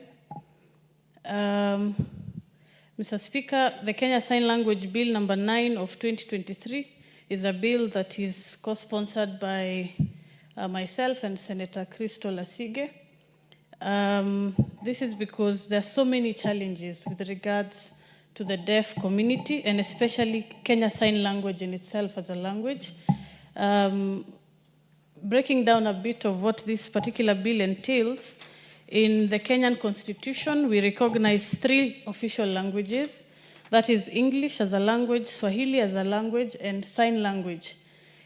If you look at the curriculum and what our children are taught from the foundation level, sign language mostly becomes an optional language. This particular bill has a component that advocates for sign language to be taught officially in our schools so that young people, as they grow up and go through different levels of their education, they're able to communicate with the deaf community. Because deaf people and the deaf community use interpretation as their main form of communication. Kenya is one of the most progressive countries with a constitution that recognizes sign language as an official language. South Africa as a country came in second to follow our suit. So it's very encouraging, and we must be able to look into this to be able to support the deaf community further. This bill also talks about early assessment, where children who are deaf are able to be assessed at an early stage. Most countries that are developed or have particular focus for the deaf community and the deaf children do early assessment and early testing for children immediately they are born. If you look at our hospitals, when young children are born, they're able to get vaccinations like the BCG, but such tests like testing if the child is deaf or the child is blind becomes a challenge. Most of these issues are able to be treated at an early stage. So the bill is also advocating to provide that component so that we're able to support this community. We have 2.5 million Kenyans, according to the data from World Health Organization. At any given time, there are 2.5 million deaf people in our country. So this bill is very crucial so that we're able to support them. And on a larger topic also on human rights issues, and Kenya is very big on such matters. The bill also proposes to have a council. This particular issue will come in as an amendment because I sponsored this bill in the National Assembly, and the similar one had also come from the Senate. So this will also come in at amendment stage. I'll be able to propose the addition of a Kenya Sign Language Council. The arguments of this bill is to not look at sign language and the Kenya Sign Language Bill as a disability issue, but as a language issue, just as the Constitution recognizes. So there's a need for us to have the Kenya Sign Language Council. We have interpreters who go to school for 2 weeks and get certificates to become interpreters. We also have people who are going to universities up to 4 years to be able to learn sign language. All of them end up with a certificate that allows them to practice. But this needs to be regulated. Some time back, there was a funeral activity that was happening in South Africa, and the interpreter on national television was misguiding everybody on national TV. That's because there was no regulation. This bill is suggesting and proposing to have the Kenya Sign Language Council, which will be able to regulate interpreters across the country, and we are able to then support deaf people so that they get interpreters in all levels. If you look at our education, Mr. Speaker, we've gone to school with the deaf children at primary level, we've gone to school with the deaf children at secondary level, but in our public universities, like University of Nairobi, Kenyatta University, most deaf children are not able to transition to tertiary levels and university levels. Most of them end up doing colleges, and they drop out. So this bill will be able to also curb the transition rates and support the transition rates of the deaf children, because most of them end up going to KISE, doing short courses, and the education ends there. We rarely see medical doctors who are deaf. We rarely see teachers who are deaf, not because they are disabled, they're able differently. This bill proposes that each student, each university have interpreters, each hospital have interpreters, police stations have interpreters. When a deaf person, for example, with the rising cases of GBV, goes to report to the police stations, nobody can communicate with them. This bill is providing the creation of the council so that it can regulate interpreters. Then we are able to deploy interpreters across every public institution. The bill also proposes to have telco providers to be able to support the deaf community. Telco providers like Safaricom and Airtel have different kinds of promotions, but they forget to include the deaf people who use video conferencing as their main mode of communication, which proves to be very expensive for them because of the data bundles they spend each and every time. The bill will be able to challenge telco providers to have inclusive programs and support that will directly support the deaf community. Mr. Speaker, I'm very passionate about this bill because I drafted it myself alongside the Kenya National Association of the Deaf way before I even joined this House as a member of Parliament. I was able to send several petitions through the Deaf Association before I became a member of Parliament to be able to pick up this bill. But we are very grateful today because I have the opportunity to stand here and sponsor this bill proudly. And I ask this particular House to support this bill because we have deaf people in all constituencies across the country. At any given time, we have over 300,000 and 400,000 learners who are deaf in our country. A lot of deaf parents are very concerned and are not able to send their children outside their constituencies. This bill also proposes that we be able to have deaf schools and institutions at county level so that we are able to eliminate all barriers that are limiting deaf people and the deaf and the blind in our society. Mr. Speaker, I saw a documentary recently that was released by BBC with regards to sexual and gender-based violences that are perpetrated on young children. I often think what happens to the deaf children who also suffer in such hands, and such data and all kinds of information that are provided rarely capture the deaf community, and they live amongst us. This bill will be able to provide accurate data research to be able to be done so that we are able to ensure that we support the deaf community in all platforms. Mr. Speaker, I also want to thank KISE for the good work that they've been doing, especially because they've stood with the deaf community. We often forget that these people live amongst us. We are their parents, we are their siblings, we live with them, but we rarely see them in all our social spaces. The county government and the devolution issues have tried to bridge the gap, but we are not yet there. Most deaf children and deaf students only transition to the level of colleges and they end up doing ECD courses.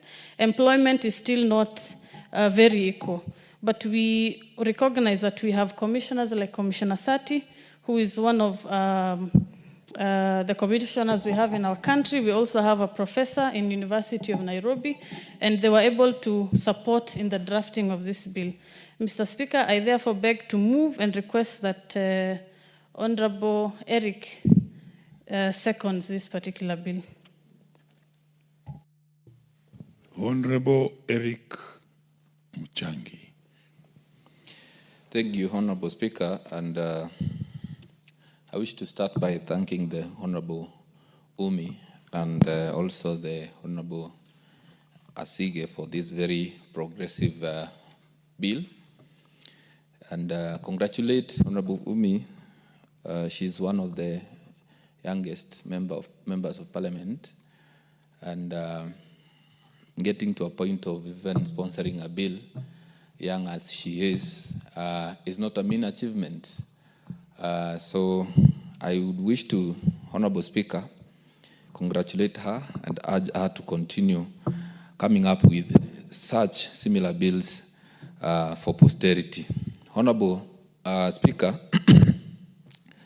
the Kenya Sign Language Bill is a very important bill because this is a bill that is going to ensure that the 2.5 or thereabout people in this country are not left behind in the growth and development of this country. The Constitution of Kenya, Honorable Speaker, recognizes the Kenya Sign Language, and specifically the Article 7(3)(b)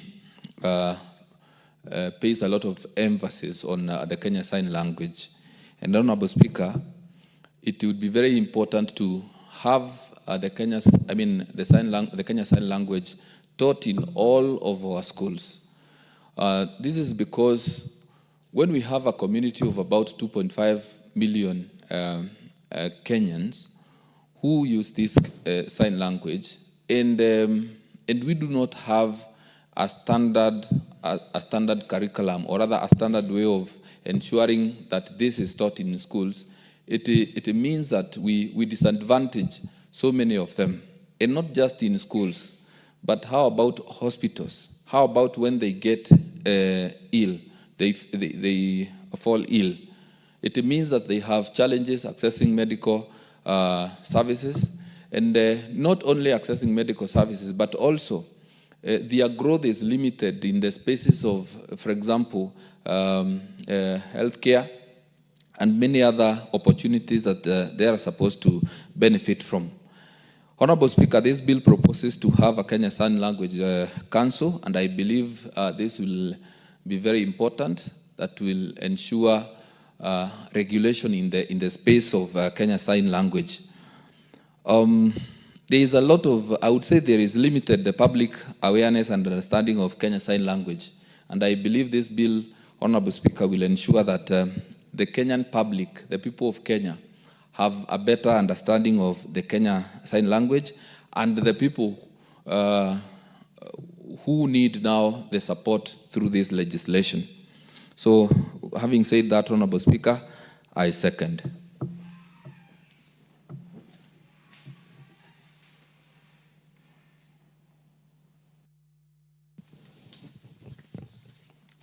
Great, honorable members.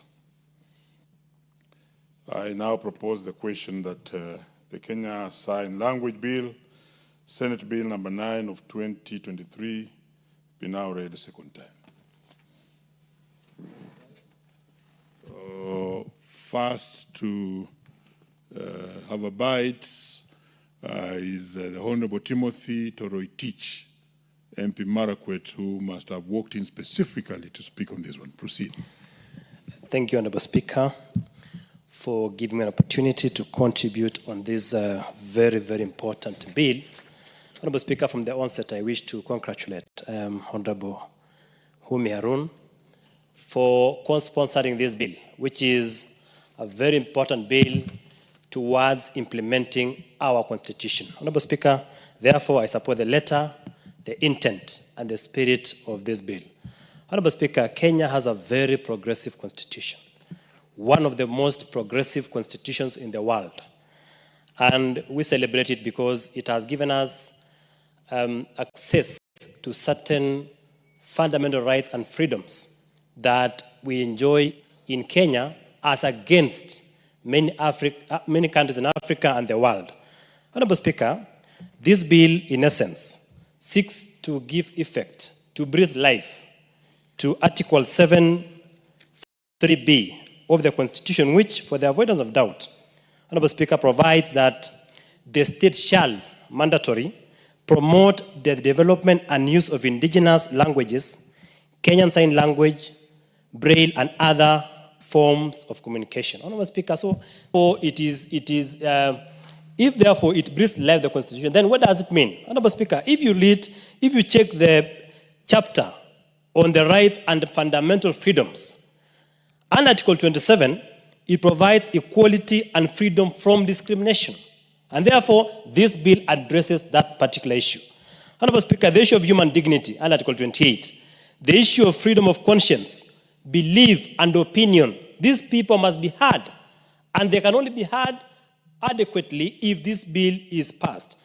Honorable Speaker, Article 33 talks about freedom of expression. This category of people who are not able to express themselves in a normal way or in the manner that we deem ordinary, then are able to actualize that Article 33 on the freedom of expression. Honorable Speaker, Article 35, access to information. Article 36, freedom of association. Article 38, political rights, consumer rights, access to justice. Honorable Speaker, as a legal practitioner, sometimes when an accused person appears before a court of law, when the charges are read out, they are normally asked, what language or what manner do you want to express yourself? Is it in Kiswahili or in English?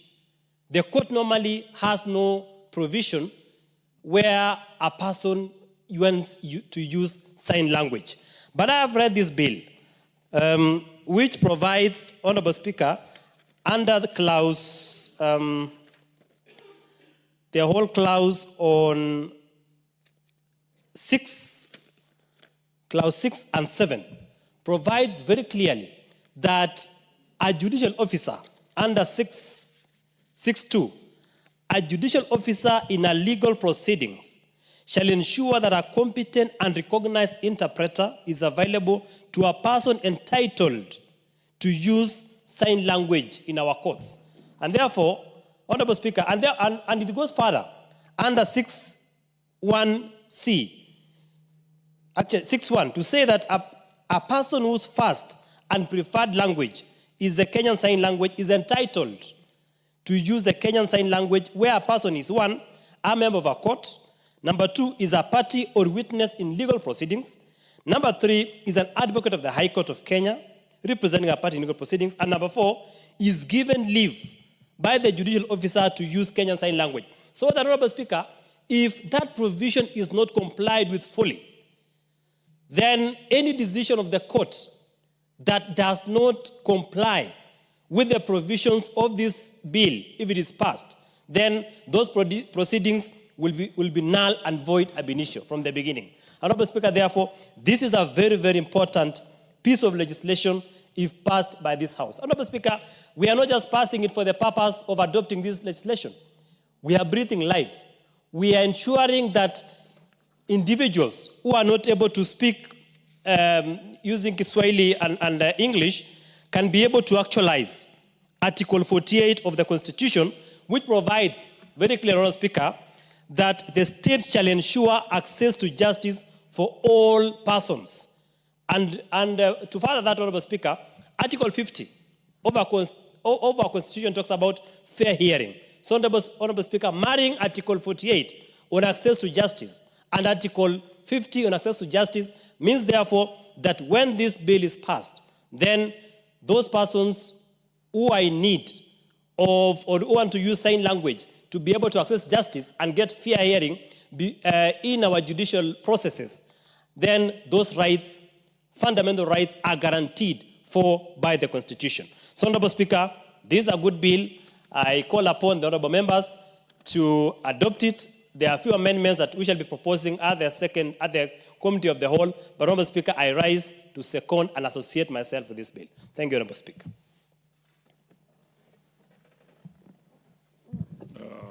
You support.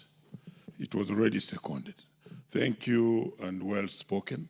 Let's have the Honorable Jackson Kosgei. Thank you, Mr. Speaker. I take this opportunity to support this bill from the onset. By appreciating this bill, this August House is facilitating a tool that will enable a communication between the deaf and hearing individuals of our society. This is guaranteed in the Constitution. Mr. Speaker, it is going to help primarily to break down some barriers that has hindered individuals and some citizens in this country from accessing their rights so provided for by our great Constitution. It will eliminate, Mr. Speaker, what is considered in administration for those who are working on the rights of the underprivileged, the issue of bureaucratic discrimination, where some people have been denied opportunities because those managing certain institutions considers these people as cumbersome in terms of their services to their own country. This particular bill will remove this barrier. And the second thing, Mr. Speaker, it is going to protect them against what is considered as a social isolation. It is so silent that we don't notice. But having been a consumer of disability challenges in my years over the last 65 years, when I catched polio, I have seen that if the law cannot speak clearly to certain rights that affects individuals in the country, people loses their rights. The final thing, Mr. Speaker, why I support this bill is because it gives individuals the right to tell their own story. One of the worst things in life is when people are divining you from the way they know you. It is until you tell your story that society will understand you and people will appreciate what you have and what you can contribute in society. Therefore, this particular bill, Mr. Speaker, will facilitate and build a capacity to our learning institutions like schools, workplaces. It will give capacities even in the public service. Mr. Speaker, I was interacting with an individual who could not explain himself in as far as his age, why he was retired earlier than 65 years, which is a policy in government for those people who are abled differently. But because he could not speak up, he could not tell his own story, his rights were trampled on, and I want to support, Mr. Speaker. We are enabling the citizens of this country to stand for themselves. Finally, situations such as this is not limited to a certain people. When we pass this law, Mr. Speaker, we know of people who have lost hearing at later age. They have been vibrant in their lives, and they lost certain capacity to hear. But then all other functionaries of his body is working, and they're still productive. Let us give an environment where everyone, regardless of their hearing ability, can thrive, Mr. Speaker, be productive, can enjoy to live his life in this great country. I appeal, therefore, to our members and this August House, when the time comes to consider this bill, notwithstanding, as my colleague have mentioned, amendment on some parts, contextualizing some areas where it appears generic, and not reflecting the realities of where we are, we will look at that. But in general, I'm appealing to this august House to consider this bill. With that, I support Mr. Speaker. The Honorable Emmanuel Wangwe, MP Navaholo. Thank you, Honorable Speaker. Honorable Speaker, allow me to first and foremost congratulate the move of the bill, the Honorable Umi, that nomination into this House does not make you any lesser. In any case, it energizes you, and I want to wish her well that her nomination is really adding a lot of value to the group she represents. And Honorable Umi, I wish you well. It's important you speak to what really affects the society. Actually, at your level, it gives you more strain, more energy that you speak to all generations across. Honorable Speaker, on this very good bill, I want to start by saying, is hearing disability? The answer is yes. Is it inability? The answer is no.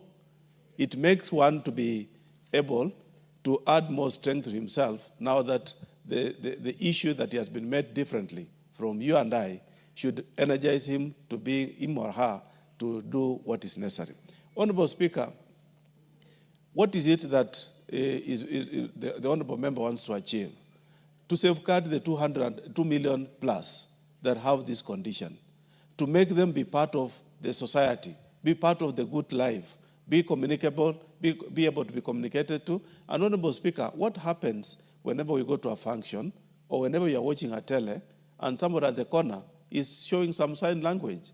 It really doesn't, it makes you not to understand what is this person trying to put across. But had it been put into the Constitution early enough or into the statutes, we would even understand that this is what he's talking about.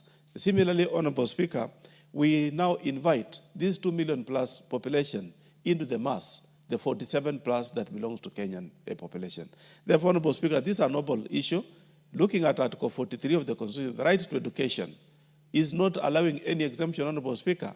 You are a Kenyan, you are a human being, you are entitled to education. And Honorable Speaker, this is a great move that the Honorable Member has done so that all of us can learn the same thing, can talk to each other. And Honorable Speaker, communication is very key in terms of endearing to reaching out to your immediate person, getting what you want to the third person.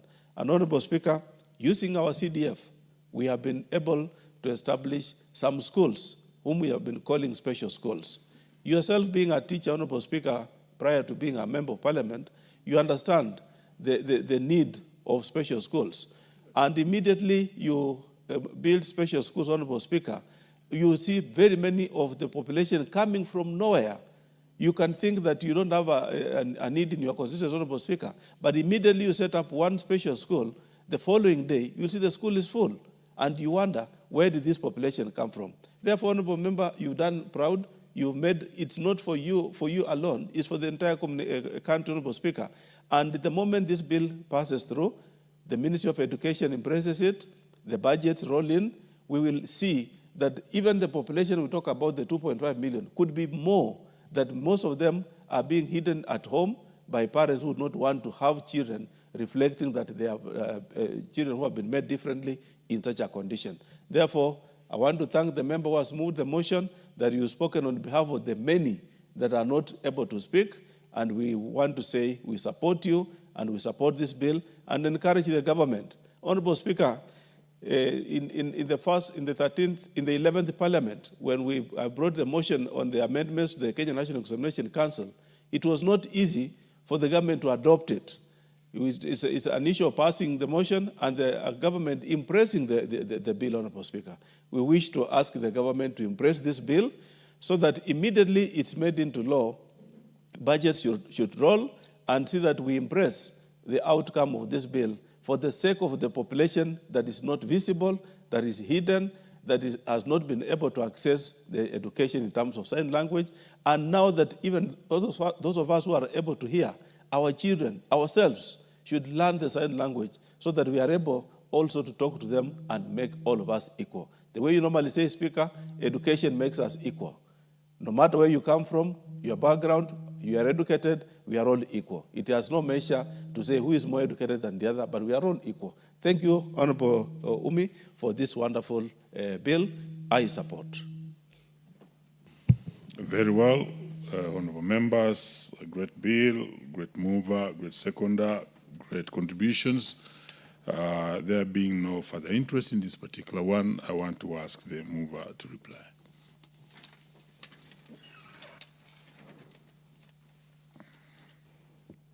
Thank you, Mr. Speaker. Mr. Speaker, I wish to thank every member who has contributed on this particular bill. I want to appreciate them on behalf of every deaf member of our society who is watching this bill keenly, because this was a bill that was drafted with the support and the commitment of the Kenya National Association for the Deaf, who have always wanted their voices to be represented in this House.